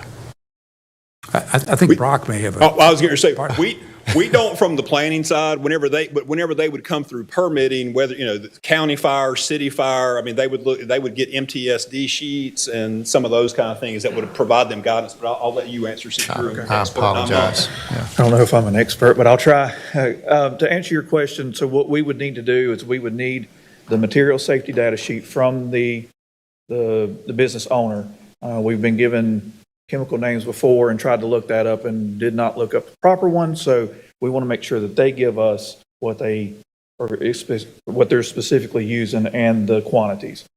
For us, for the fire code, we then take that and determine whether it's a flammable liquid, combustible liquid, there's a whole range, and then we take it back to our hazardous materials or toxic, and it gives us the maximum allowable quantities that they can have and they can store. And there's different, I don't know all the specifics on this case, if they're just storing or if they're manufacturing, but our code just kind of goes in and looks and see what precautions that they need to take for that. And I assume there's no way to, I'm just kind of following up. Sometimes you can have things that are pretty safe by themselves, and when they mix, they become more volatile. Yes, sir.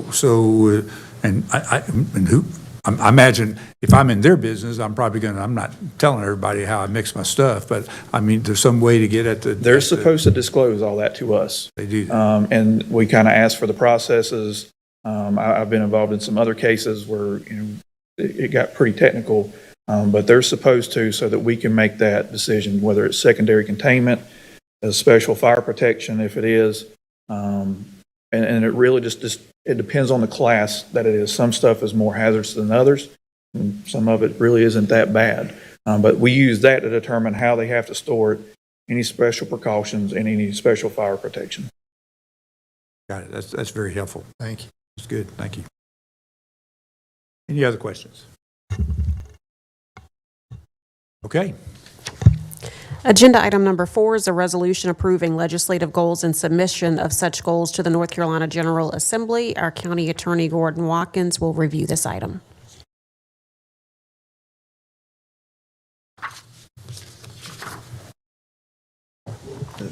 Thank you, Madam Manager. I've had a chance to speak with all of you individually about these.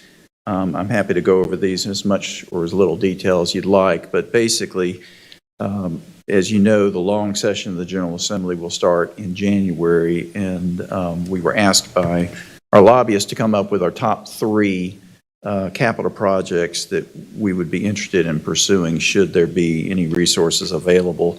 So you can see that. So I'll just go through these quickly.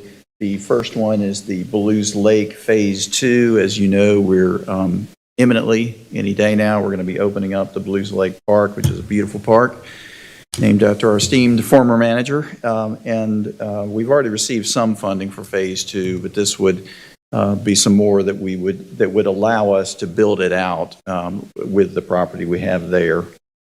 The next one is the Agricultural Park, again, a Phase 2 of that. As you know, we're moving Cooperative Extension up there, and we'll have a riding ring, but this would allow us to add more amenities to it, more park amenities that we would be looking for. The third one is the Piedmont Greenway, and that is a bike and walking trail that would connect all the way from Winston-Salem to Greensboro. And parts of that have been done, for example, around Salem Lake and in the city of Winston-Salem, but there are gaps in it. This money would allow us to do planning along with multiple municipalities and Guilford County, but also to build out part of it through Triad Park, which is jointly owned by Forsyth and Guilford County and managed by Forsyth County. The next one is Eastern Forsyth County Utility Extension. As you know, we were fortunate enough to receive some funding from the General Assembly, and we have extension going on toward the southeast part of the county and the southern part of the county. And we're very fortunate that the eastern loop around Winston-Salem has opened. And with that, it potentially opens some great sites for development, but there's no sewer right now. And so this, if we received additional funding, that could help with that. The next one, the next 2 are actually airport projects. The first one is the MRO hangar. North State Aviation has been out there for many, many years. They do heavy maintenance on 737 type size planes out there. They have one hangar that has 6, and then we're building a new one that could handle 3 airplanes at a time. So this would help us fund that. And the last one for the airport is the crash truck. We have a crash truck out there, and as Commissioner Linville remembered, We've spent several $100,000 recently repairing it and bringing it up to snuff, but it is 18 years old, and so Mark has been really good about gathering some funding, but there's still a gap in funding to buy a new truck. And as you know from other fire trucks that have come before you, and this is a specialized fire truck, they're very, very expensive. And the last two are more programs, which you all are very familiar with. The first one is Cure Violence, and that's the violence interruption program that we've been using quite successfully over the last couple of years. But it's just, it's funded by ARPA money, and this would allow us to continue that program. And the last one is the career programs that we have working with various community partners, including Forsyth Tech and Greater Winston-Salem, Inc., the Forsyth Works program, and the career fair we have for high school students. And so this would allow more funding to keep those going. Again, that's been funded by ARPA money in the past. So I have spoken to each of you individually. I'll compile what your rankings were of these, and we'll come up with our top 3 or so for you next week. Good. I'm happy to answer any questions, or you all can certainly discuss these among yourself.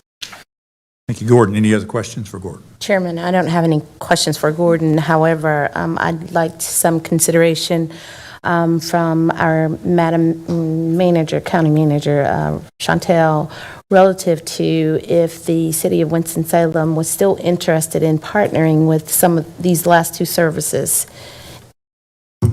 with support. Financial support. Right. The last that I heard on Cure Violence was no.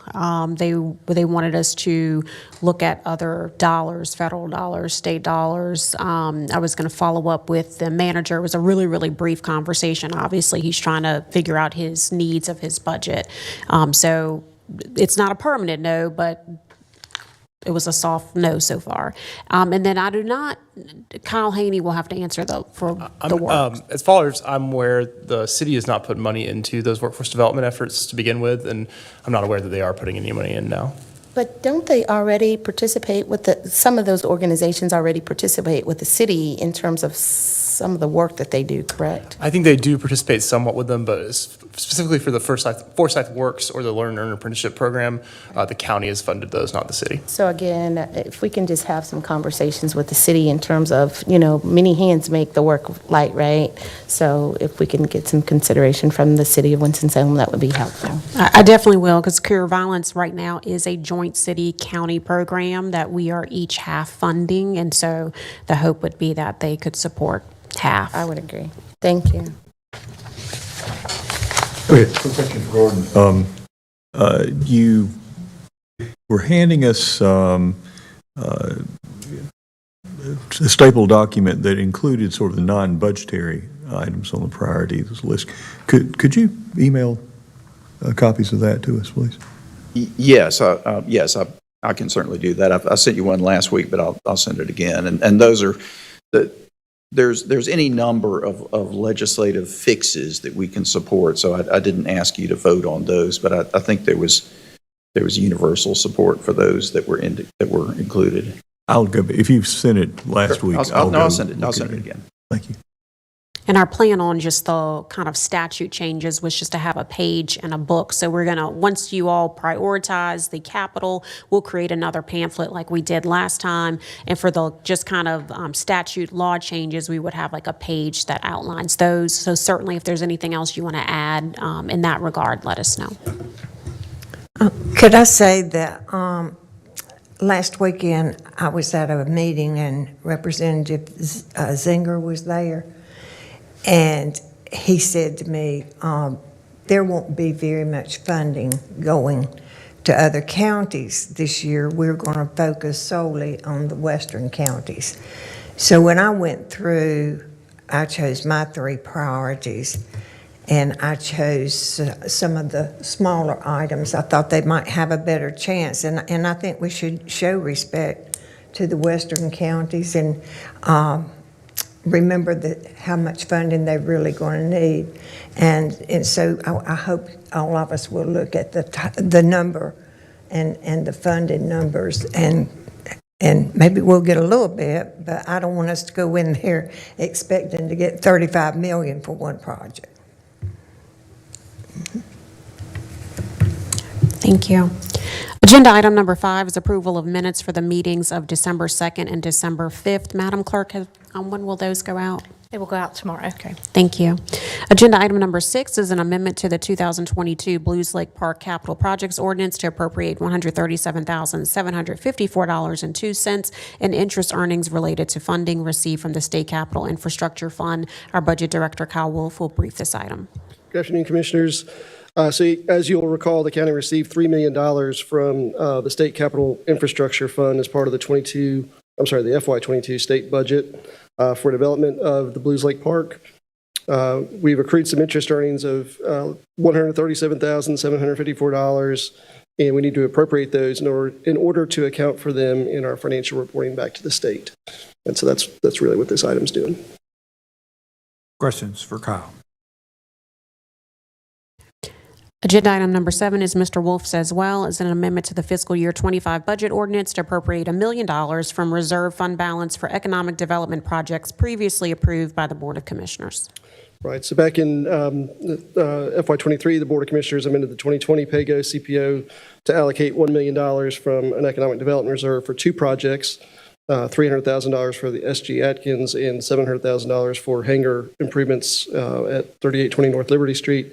The funds were actually transferred to the general fund and have been held in committed fund balance and we just need to reappropriate these to complete these obligations, these 2 obligations.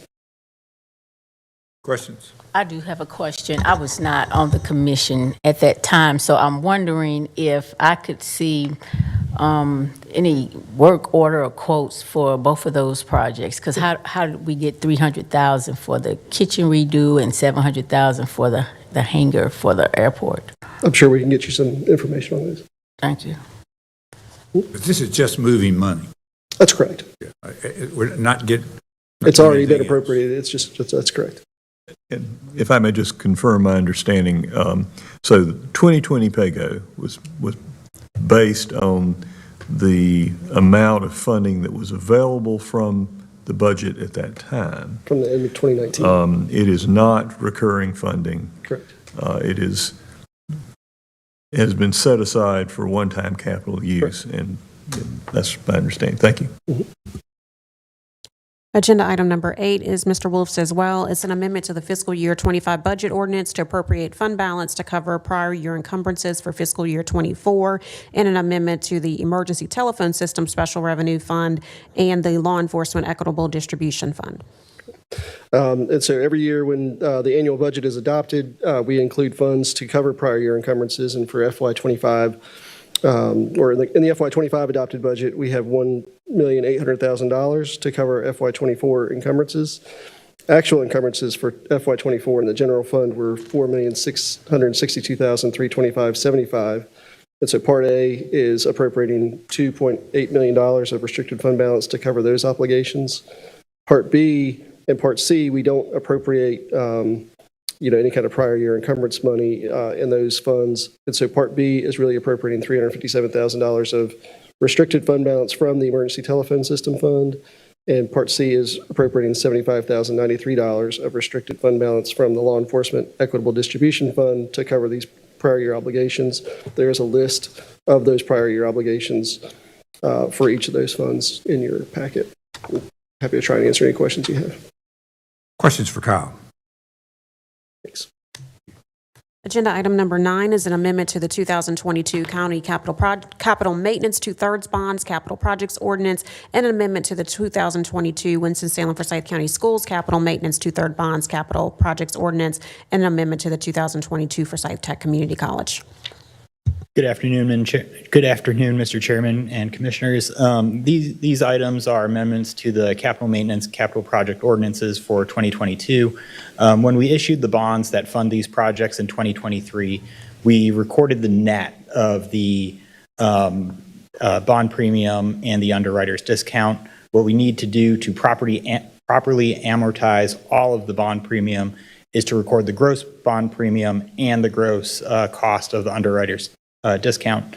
These amendments amend the 3 capital project ordinances to allow us to have the appropriations in the debt issuance costs to record the underwriter's discount, and they also increase the revenues by the amount of the grossed up bond premium. If you have any questions, happy to explain, but kind of tidying housework for the statements.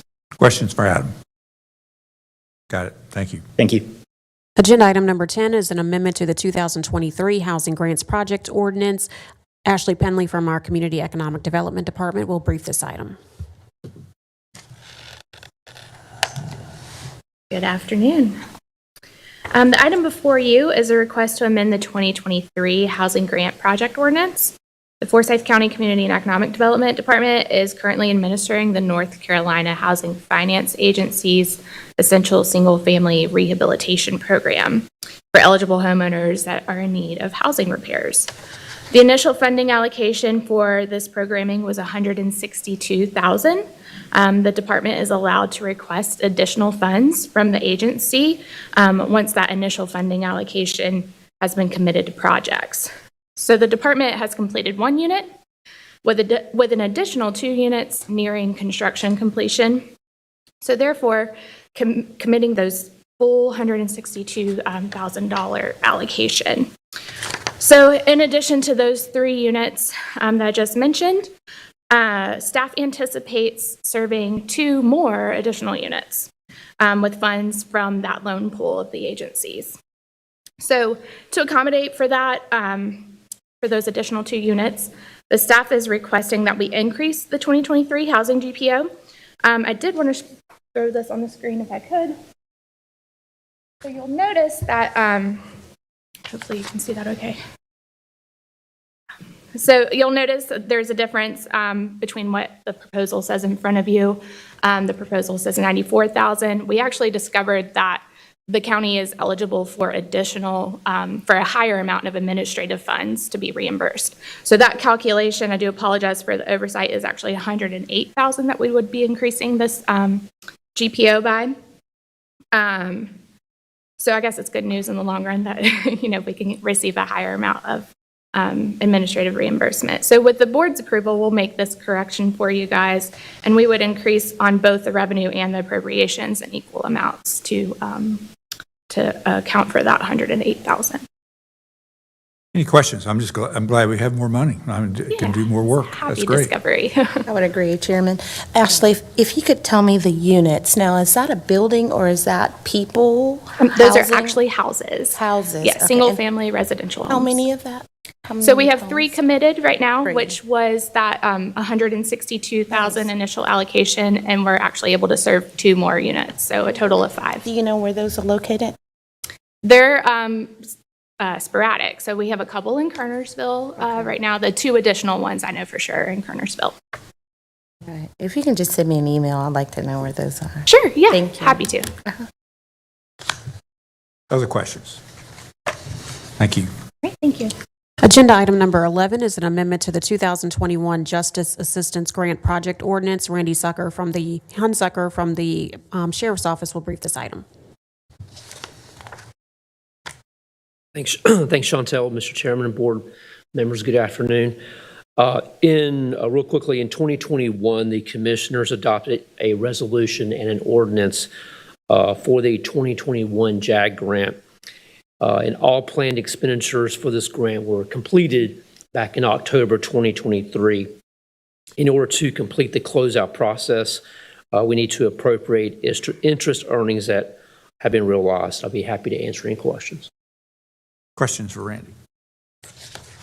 Good. Thank you. Randy, you can stay there. I'll skip to 13 since that's yours. And it's a resolution ratifying and authorizing execution of an interlocal agreement between Forsyth County and the City of Winston-Salem regarding the shared use of the JAG funds.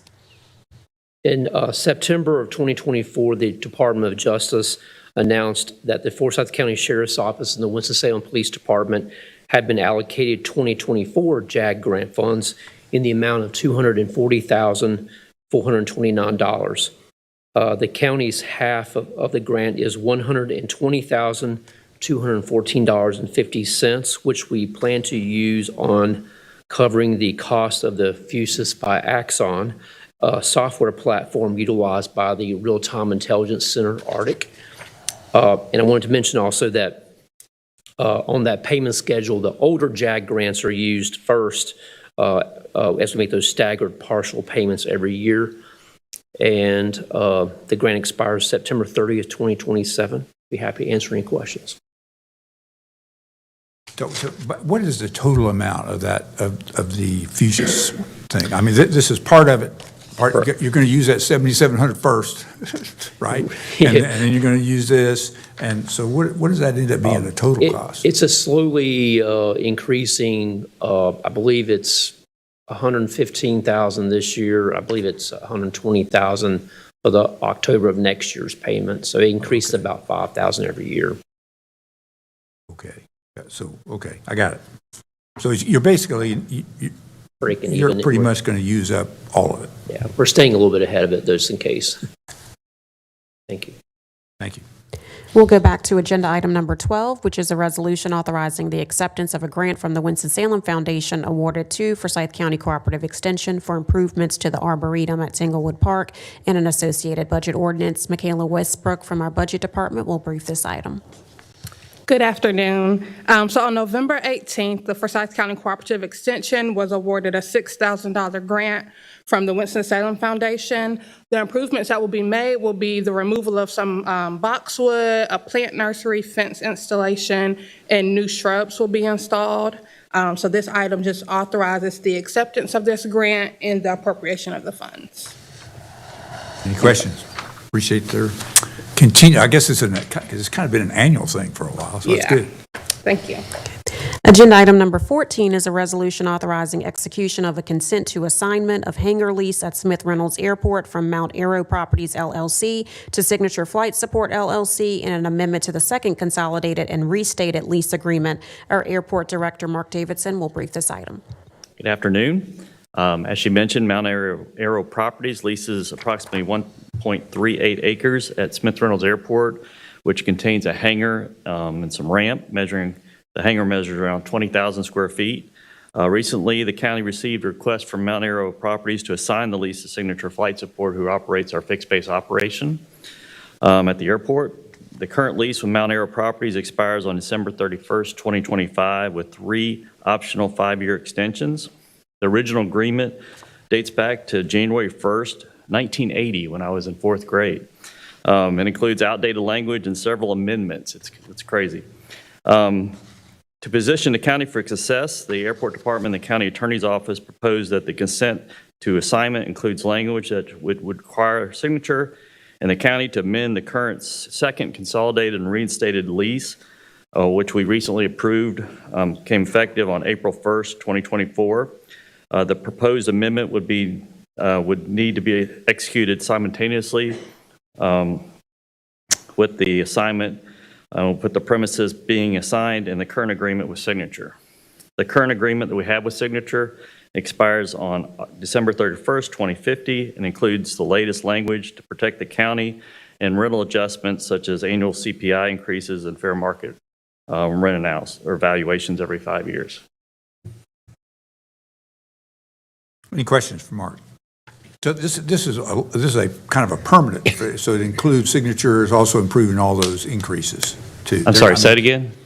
So yeah, I may have misread this. So in this trend, basically this lease is being assumed by Signature, right? And they're assuming it for the life of the. This is not a temporary thing. This is for the full life of the lease. So they have the renewal options just like Mount Aero. Yeah, and we're going to fold it under their current lease. Right. So actually, it wouldn't have those renewals. It would be under their. It would just add to their existing leasehold. Got it. I got it. Thank you. Agenda item number 15 is a resolution awarding and authorizing execution of a contract for brokerage services to NAI Piedmont Triad LLC. Kirby Robinson from our Community and Economic Development Department will brief this item. Thank you, Madam Manager. Good afternoon, Mr. Chairman and Board. Appreciate the opportunity to bring this item before you today. I'm going to attempt to project this before Tim gets up here to help. I didn't do it, Tim.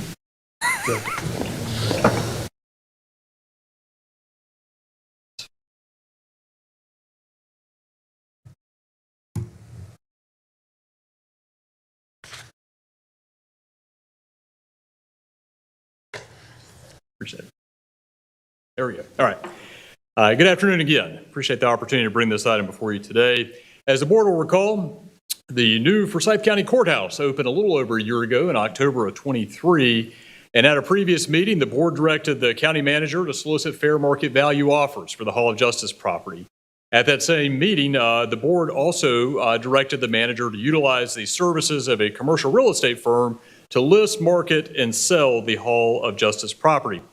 So on October 28th, in working with the purchasing department, we released an RFP for brokerage services.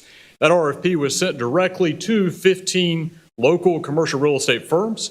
It was also advertised on the purchasing website. You know, in terms of procurement process, when I started this, I looked for a brokerage services RFP that we had done in the past, and I couldn't find one, and I realized I had never done one before. So I had to sort of step back and think through that process. And obviously the goal was to ensure that the board obtained the most competitive proposal. So to do that, we put a couple of different things in the RFP. Number one, we required that firms that were interested in bidding attend an on-site pre-bid meeting. And that was really a tour of the Hall of Justice to make sure that firms understood sort of what they were working with. They also had to meet certain experience requirements. Those were experience in the past 3 years buying and selling 4 commercial properties with at least 50,000 square feet or an average sales price of $1 million, and then 1 commercial property valued more than $5 million. We want to make sure we had that good experience.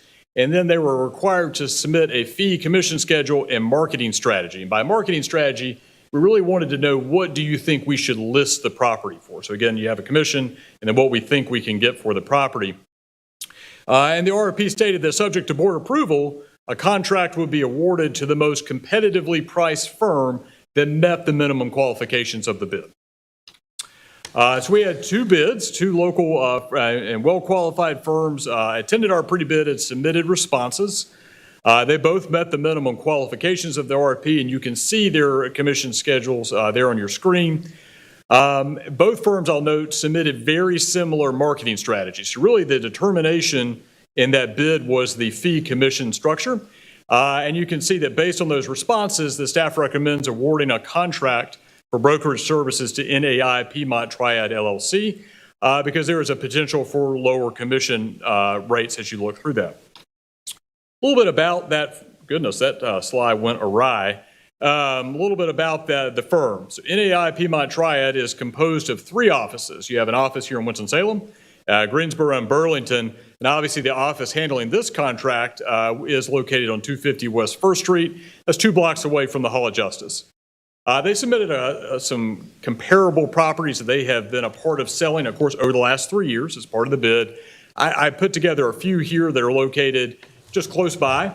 And if that table was not in the way, you would see that the average size of those properties is roughly 150,000 square feet. For comparison purposes, the Hall of Justice is about 160,000 square feet. So we're very close in terms of the size of the building. And the average sales price was roughly $7 million. So the experience seemed very applicable to the task at hand, if you will. You know, a couple of services the board can expect to receive in terms of the contract is really a highest and best use analysis of the property. So identifying our target market, you know, who's most likely to be interested in this property, a diverse and comprehensive marketing effort that's really designed to get maximum exposure for the property. We want lots of people to see it. NAI is a big firm. We can leverage their resources that include site selectors, capital market advisors, and property management services to help us. They can provide expert analysis and bring in other consultants as needed. They'll handle all of our buyer interactions. So tours, presentations to other brokerage firms, they will spearhead that. And then subject to board approval, they'll be our representative in contract negotiations. The contract in front of you is for a 1-year listing agreement. The provider's compensation will be calculated at closing, and the commission is only due if the property closes, not when an offer is procured. So the commission will be based on the sales price at the time of sale. One term that is not on the commission schedule that you saw is that should the board desire to sell the property for a heavily discounted amount, and we tried to define heavily discounted in the contract to be 25% of the current list price at the time of sale, the county would reimburse the provider for its actual costs up to $50,000 or an amount based on the fee commission schedule, whichever is greater. And through negotiation, we felt like it was fair to include a protection for the brokerage firm should a wonderful community organization come up and the board want to sell the property for a nominal amount. The brokerage firm would likely have significant costs invested in marketing the property, so it seemed fair to have a provision that would protect them and provide for reimbursement of actual costs up to a certain amount. So in summary, staff recommends awarding a contract for brokerage services to NAI Piedmont Triad LLC. The term of the contract is 1 year, and the compensation amount is calculated as a percent of the contract sales price at the time of sale, including that other provision I just mentioned. NAI would handle our marketing efforts, our buyer interactions, and negotiations subject to your approval. From a timeline perspective, if the board approves this agreement, we hope to be under contract by the first of next year. We'll ramp up marketing in the months following that. We really hope to achieve maximum exposure within 4 months. Be out there in front of folks and hopefully coming back with an offer very quickly. So with that, I'll say we have a couple representatives from NAI with us today. Tim Lichtenstein and Richard Clark are with our Piedmont Triad office here. They'll be our contacts through this contract, and certainly appreciate the time and effort they put in getting us to this point as well. I'm happy to answer any questions the board has. One short question. The provision of the actual cost up to $50,000 if sold for less than 25%, that was in the basic specs that we ask each company, yes, all the companies to be. So in the RFP, what I said is if you want to include any other terms, now's your chance. And so what we had there was actually an amount higher than that. And we negotiated that to what we felt like was a mutually acceptable option. And that would have applied to Meridian.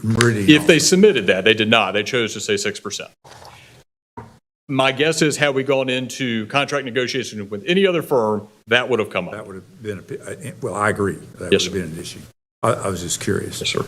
Because I could easily see at some point trying to sell this, to unload this, I could be less.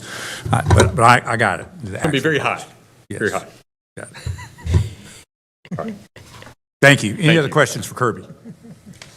I did a little calculating on roughly what a 5 and 6 million, kind of what you're talking about in the square footage cost. You're looking at $30 a square foot only for selling that building. Right. And I mean, that kind of money, it's between 30 and 40. Right. And I think our strategy would be to go out with without a price right now. I got you. And see what we, it's a very nice property. It's a consequential, it's a location. It's going to have a lot of interest, hopefully, to be a part of what's really a really neat and growing downtown. I hope so. Yes, sir. Thank you. Good luck. Great job, Kirby.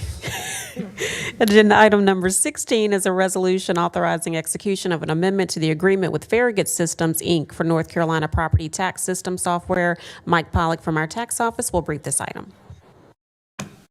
Good afternoon, Commissioners. This item is related to tax administration software that we use for appraising, listing, and collecting property taxes. We utilize the NCPTS software system, which is owned by the North Carolina Association of County Commissioners. Farragut is the sole provider of services authorized by the NCACC for the NCPTS product suite. There are currently 19 North Carolina counties using the NCPTS software, with 15 of those also using the appraisal software. Although the funding of the legal mandate updates and enhancements is included in our department's current budget and the budget for previous years, the funding for the legal mandate updates and enhancements was not included in the renewal contract with Farragut dated July 1st, 2022. This amendment will handle the funds the way our finance department rightly wants them to be specified in our contract to sync up to our need. The amount not to exceed $40,000 is for new legal mandates that could occur, enhancements and innovation. A good example of innovation is a dashboard that was created to help us review horizontal equity and appraisal values for the 2025 reappraisal. For those of you who have seen John Burgess's reappraisal PowerPoint, the dashboard was the screen that showed a lot of gray colors, blues, and reds for each market area. Though it is important that these funds are available, they are only spent when necessary. I'm happy to answer any questions. Any questions? I don't have any questions, Chairman, but I do have a comment.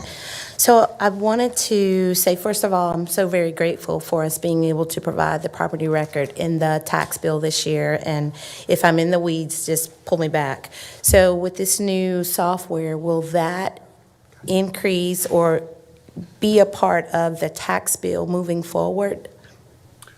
No. Because that was a one-time approval on the board, and I don't know what it's going to look like with constituents reviewing their bills in the future. Does that make sense?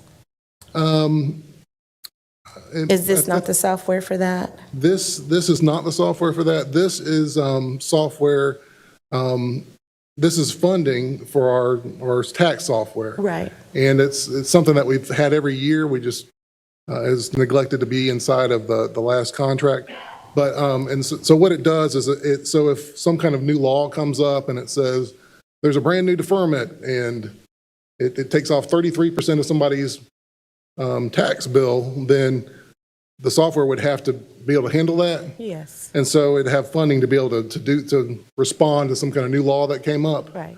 Or if there was some kind of desire the tax department had, like when we had that desire to have that dashboard, we had that funding that we could be able to spend that. But it's not anything that's going to affect the reappraisal notices or tax bills. And just to clarify, Commissioner McDaniel, the property record cards were going in the reappraisal notices whenever they get their new values, not the bills. Not the bills. Yes, right. ma'am. I'm just trying to figure out how I can add that to the reappraisal bills in the future. So, okay.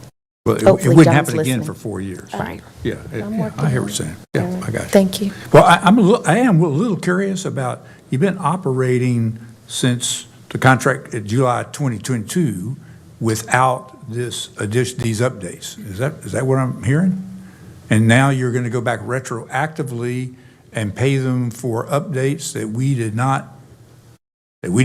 haven't needed because whether we need them or not, we didn't have them because we're in the second year of that contract, finishing the second year. No, we've always had this in our budget every year. And so we've paid Farragut out of our budget. But finance brought it to our attention that it was not in our contract, and that started as of July 1st, 2022. That was our first contract after our initial contract with Farragut. And so that's not part of their standard boilerplate contract. And so it was failed to have that as part of the contract. So it's been in our budget and we spent that, but finance brought to our attention that it was not in the contract. Oh, you spent it for the types, I see what you're saying. You spent it for the kinds of updates that you would get anyway. You already spent it. Yes. In other words, it's not like I sort of think of updates, if you didn't pay for them, you didn't get them. But what you're saying, for you have been paying for these, even though the contract didn't allow that. It was not covered in the contract. Even though it wasn't enumerated in the contract. I got it. But it's not, but so your passing of this is not spending money. It's money that's already in the budget. It's not spending new money. And that you've already taken advantage, you have already utilized at whatever was needed, for example, in FY23, in the 22-23, perhaps and maybe you didn't. If you didn't, then you didn't pay anything anyway, so it's not an issue, but. So that was, so for example, for the dashboard, that money was spent and we're using that to help us a great deal in our reappraisal, and that money was. I got it. Was paid to Farragut already. It just, finance brought it to our attention. That's not that wasn't listed in the contract. Got it. And what I will say, just kind of implementing the new system, there's been things that are discovered, some cleanup work, so ways in which we were able to pay bills previously. We should have always had a contract, but we were able to sometimes pay a bill without actually appropriating it against a contract. And just to clarify, the amendment to the contract is prospective. It's not retroactive. Thank you. Good. Any other questions? Thank you. Agenda item number 17 is a resolution authorizing the purchase of cameras for the Highland Avenue Center project. James Anderson from our General Services Department will brief this item. Good afternoon, Mr. Chairman and Commissioners. The item before you authorizes execution of a purchase order with Carasoft Technology Corporation in an amount not to exceed $131,649.77 for Verkada cameras and 10-year licenses for the Highland Avenue Center project. MIS competitively bid the purchase of the cameras, receiving 3 bids. Bids were received from Carasoft in the amount of $131,649.77.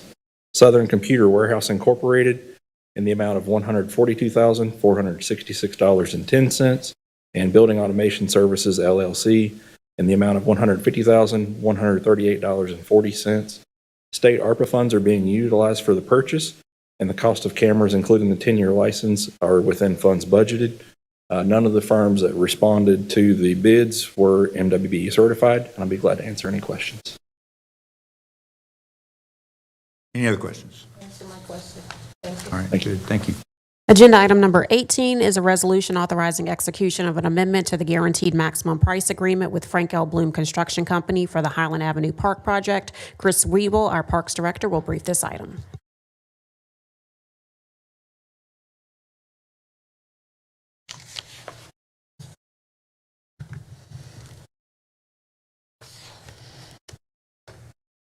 Good afternoon, Commissioners. The item before you today is an amendment to the guaranteed maximum price for the construction, the guaranteed maximum price for construction with Frank L. Bloom Construction Company for the Highland Avenue Park. The request will increase the project budget by $102,767.60 and add 132 calendar days to the project.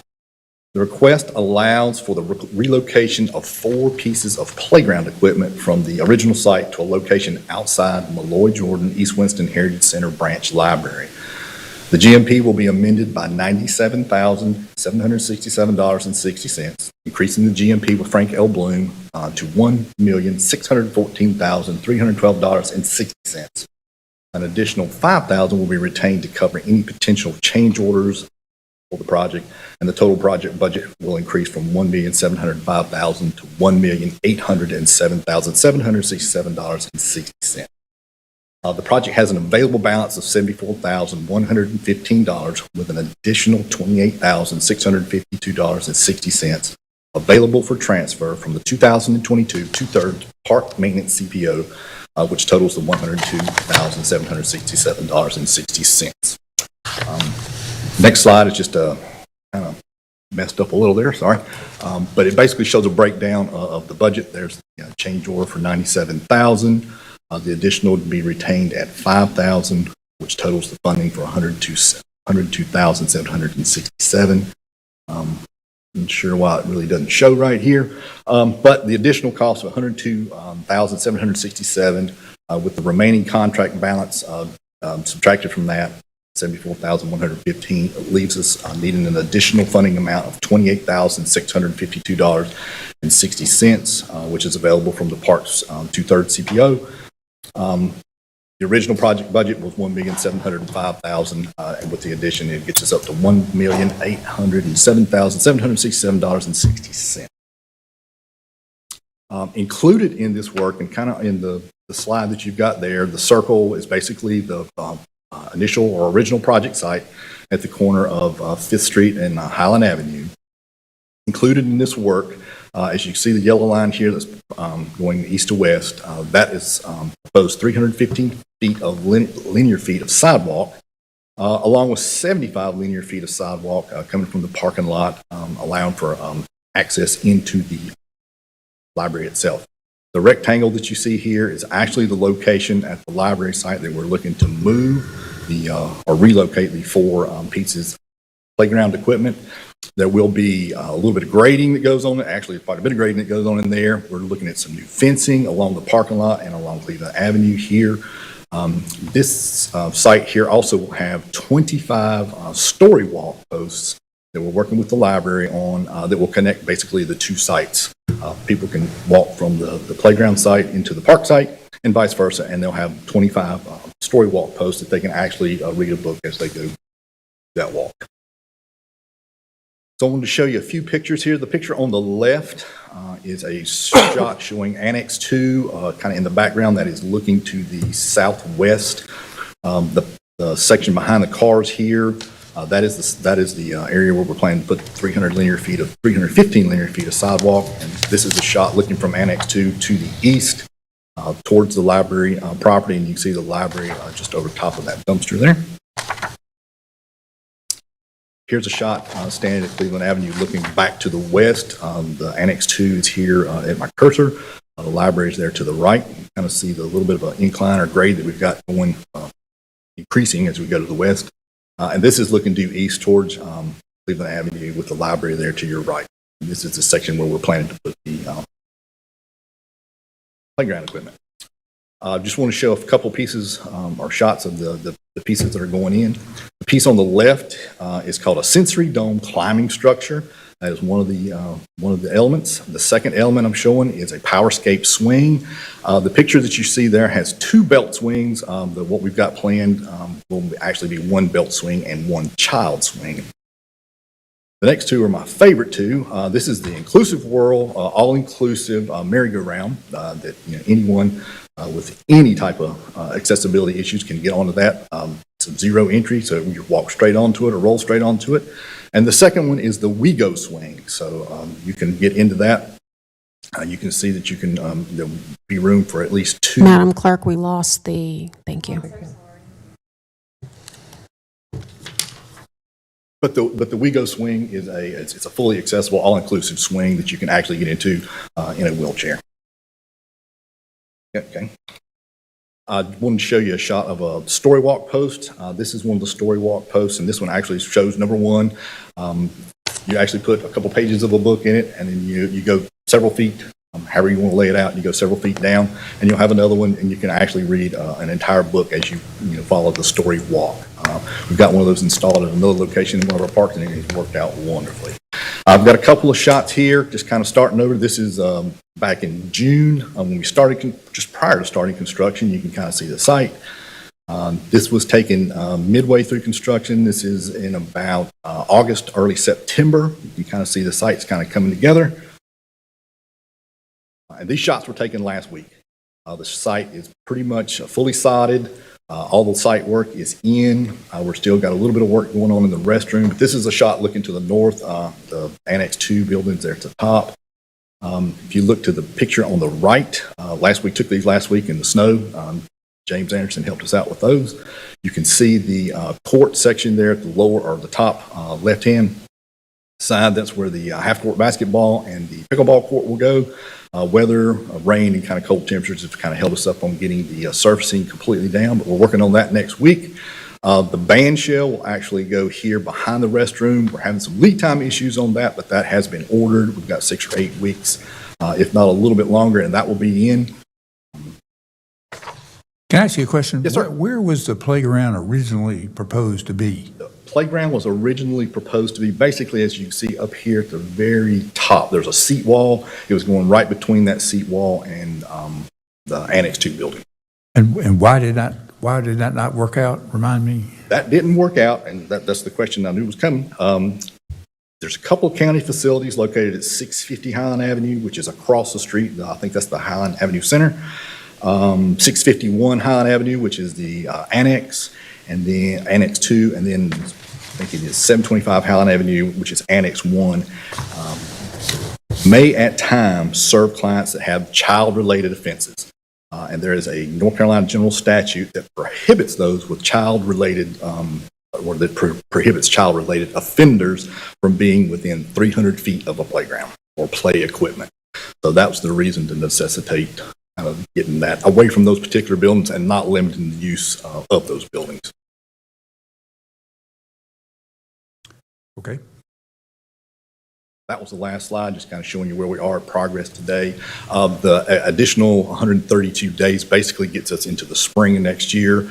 Some of the safety surfacings that go down underneath the playground equipment have to have the right temperatures, all that type of stuff to get it in there. So that's one of the reasons that we've got the additional days in there. The actual work itself will probably take about a month to get completely done once they hit the right temperatures and all that. So that's kind of how that's come about.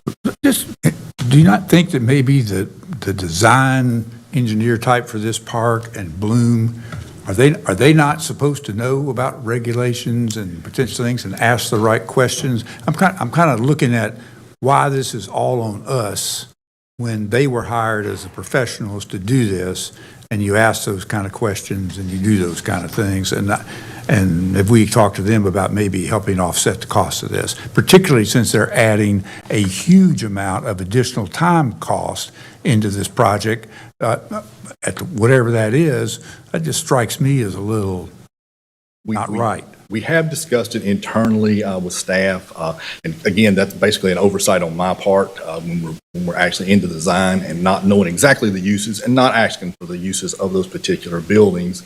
So that was never relayed to Bloom actually is what we're actually doing there. I don't know that would ever come up in actually any type of permitting, any code type stuff that they would look into, but it might not have been. Well, how did it come up? Excuse me? How did it come up? Staff brought that to my attention that, hey, these are some of the uses that we may have at these particular buildings.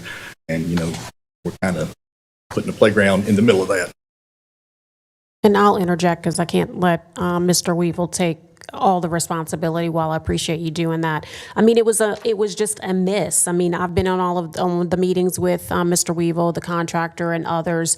We provide services to everyone in our community, and never honestly did it even remotely come up that we were placing a park in, I think it's within 300 feet of various buildings that serve individuals that may potentially have these types of offenses.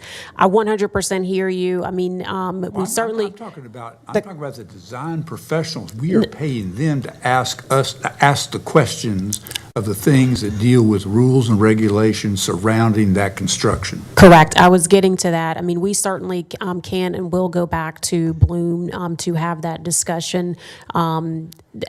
Yes, we will go back to them to have that discussion, but no, and it never came up in any of the meetings. They never asked the question. We never really we just never talked about that, but it came up really at the last minute. The board had already approved the contract. We had already approved the design. We ended up having to go back to them to redesign, look at different placement options. Chris was literally doing measurements with whatever contraption you have to see where we could possibly get without this 300 feet. That would allow us the ability to continue to serving all of our residents. And certainly while it is close to the library, the statute already says you can't go to the library. So that's why it's closer in that direction. Okay.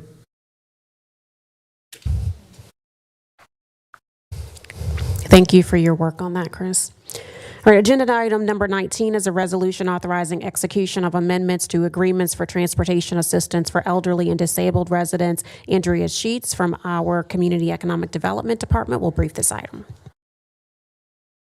Good afternoon, Commissioners. I will try to make this brief while making sure you get all the information. If you recall, mid to end of June, we allocated these funds for our state grant for elderly and disabled transportation assistance. That is the wording from the state grant, the title. And it was our department's first year managing this grant. It had previously been given to WISTA to disperse. And we wanted to get that out as the budget approached so that these organizations weren't fronting money. They had a continuation of funds and they could provide their services to these individuals. And so With that, we also got a lot more money from the state this year than we typically had. And so when we set these initial contract amounts, we told you all and we told the contractors that we would likely rearrange the funds a little bit and reallocate based on use. The way this funding is set up is that we don't get for the next fiscal year any money that we don't spend the previous fiscal year. So the goal for this is to reach zero on June 30th. And so with that, we also had some money set aside. There were some concerns with WISTA and TransAid's ability to comply with the funds under new management, and that discussion went beyond the contract award date. And so with that, we made the mutual decision to not give TransAid funds this year. And so that contract, as well as analyzing the organization's use the past quarter, we had about $68,575 available to spread among our remaining organizations. And so just an update on what the program has accomplished in its first quarter. We have, great providers have given 2,586 rides. With that, 7% have driven our elderly and disabled residents to essential services like grocery shopping, banking, medication pickup. 14% of those rides have driven individuals to employment, so that these individuals are still able to get to work. And 79% of those rides have been to medical appointments, often dialysis centers, and other routine medical appointments. And so our largest spender is the Shepherd Center of Greater Winston-Salem, Inc. They have a tremendous program, and so they are getting an additional $38,938. Shepherd Center of Kernersville, they have capacity for about $2,625 more, which they've been able to spend. In Support Systems of Forsyth County, they have tremendous capacity, and they will be getting an additional $32,614. Shepherd Center of Greater Winston and Support Systems have already spent their initial allocation that you can see there, so we have full faith that they will be able to spend their additional funds. And we are, I did want to comment, we are lowering the Department of Social Services allocation sizably. When we knew we would have to reallocate funds, we kind of parked it there, just because we have that relationship with them. It stays within the county's finance system. They are still doing their job. They're doing a great job. We just knew we were going to have more money and gave it to them. And so that is not a reflection on their program at all. With that, I can answer any questions you can have. Any questions for Andrea?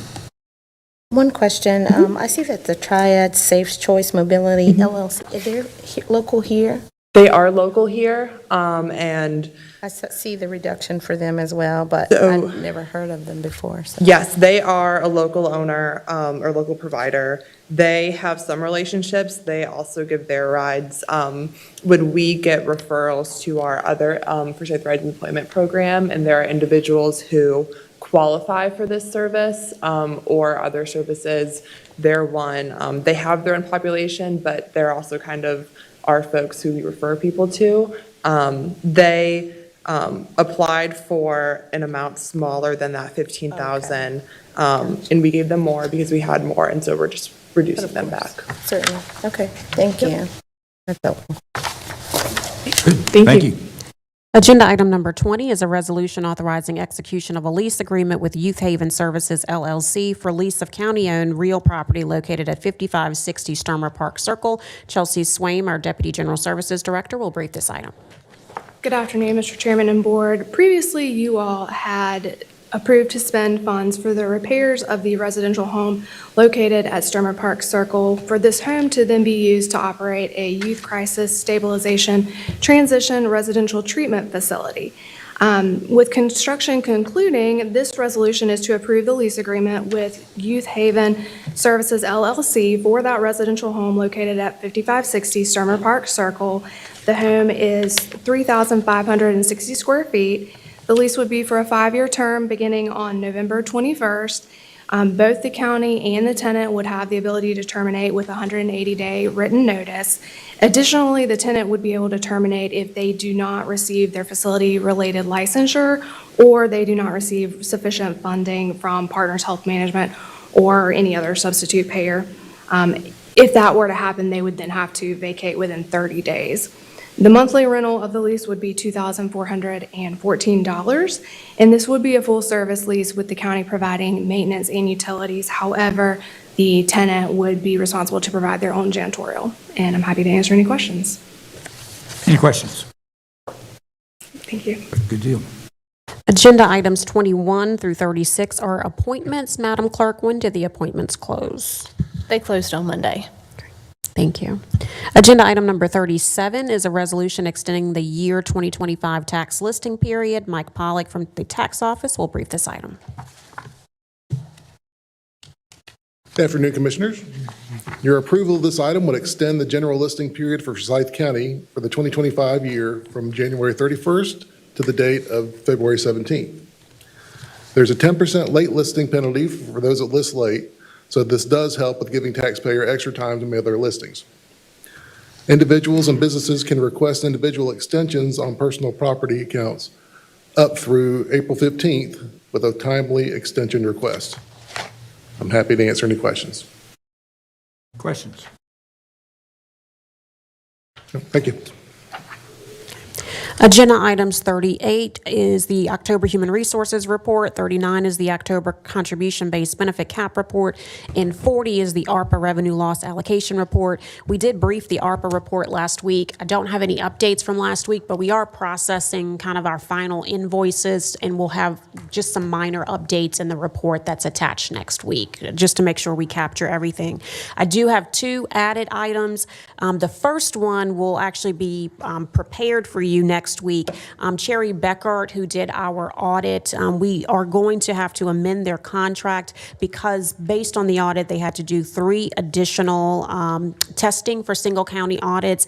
And so we will need to amend it from $118,000 to $131,500. We talked about that in our audit committee meeting today. The audit committee is recommending it, and we'll put that before the board next week. So I wanted to bless you, give you an update on that.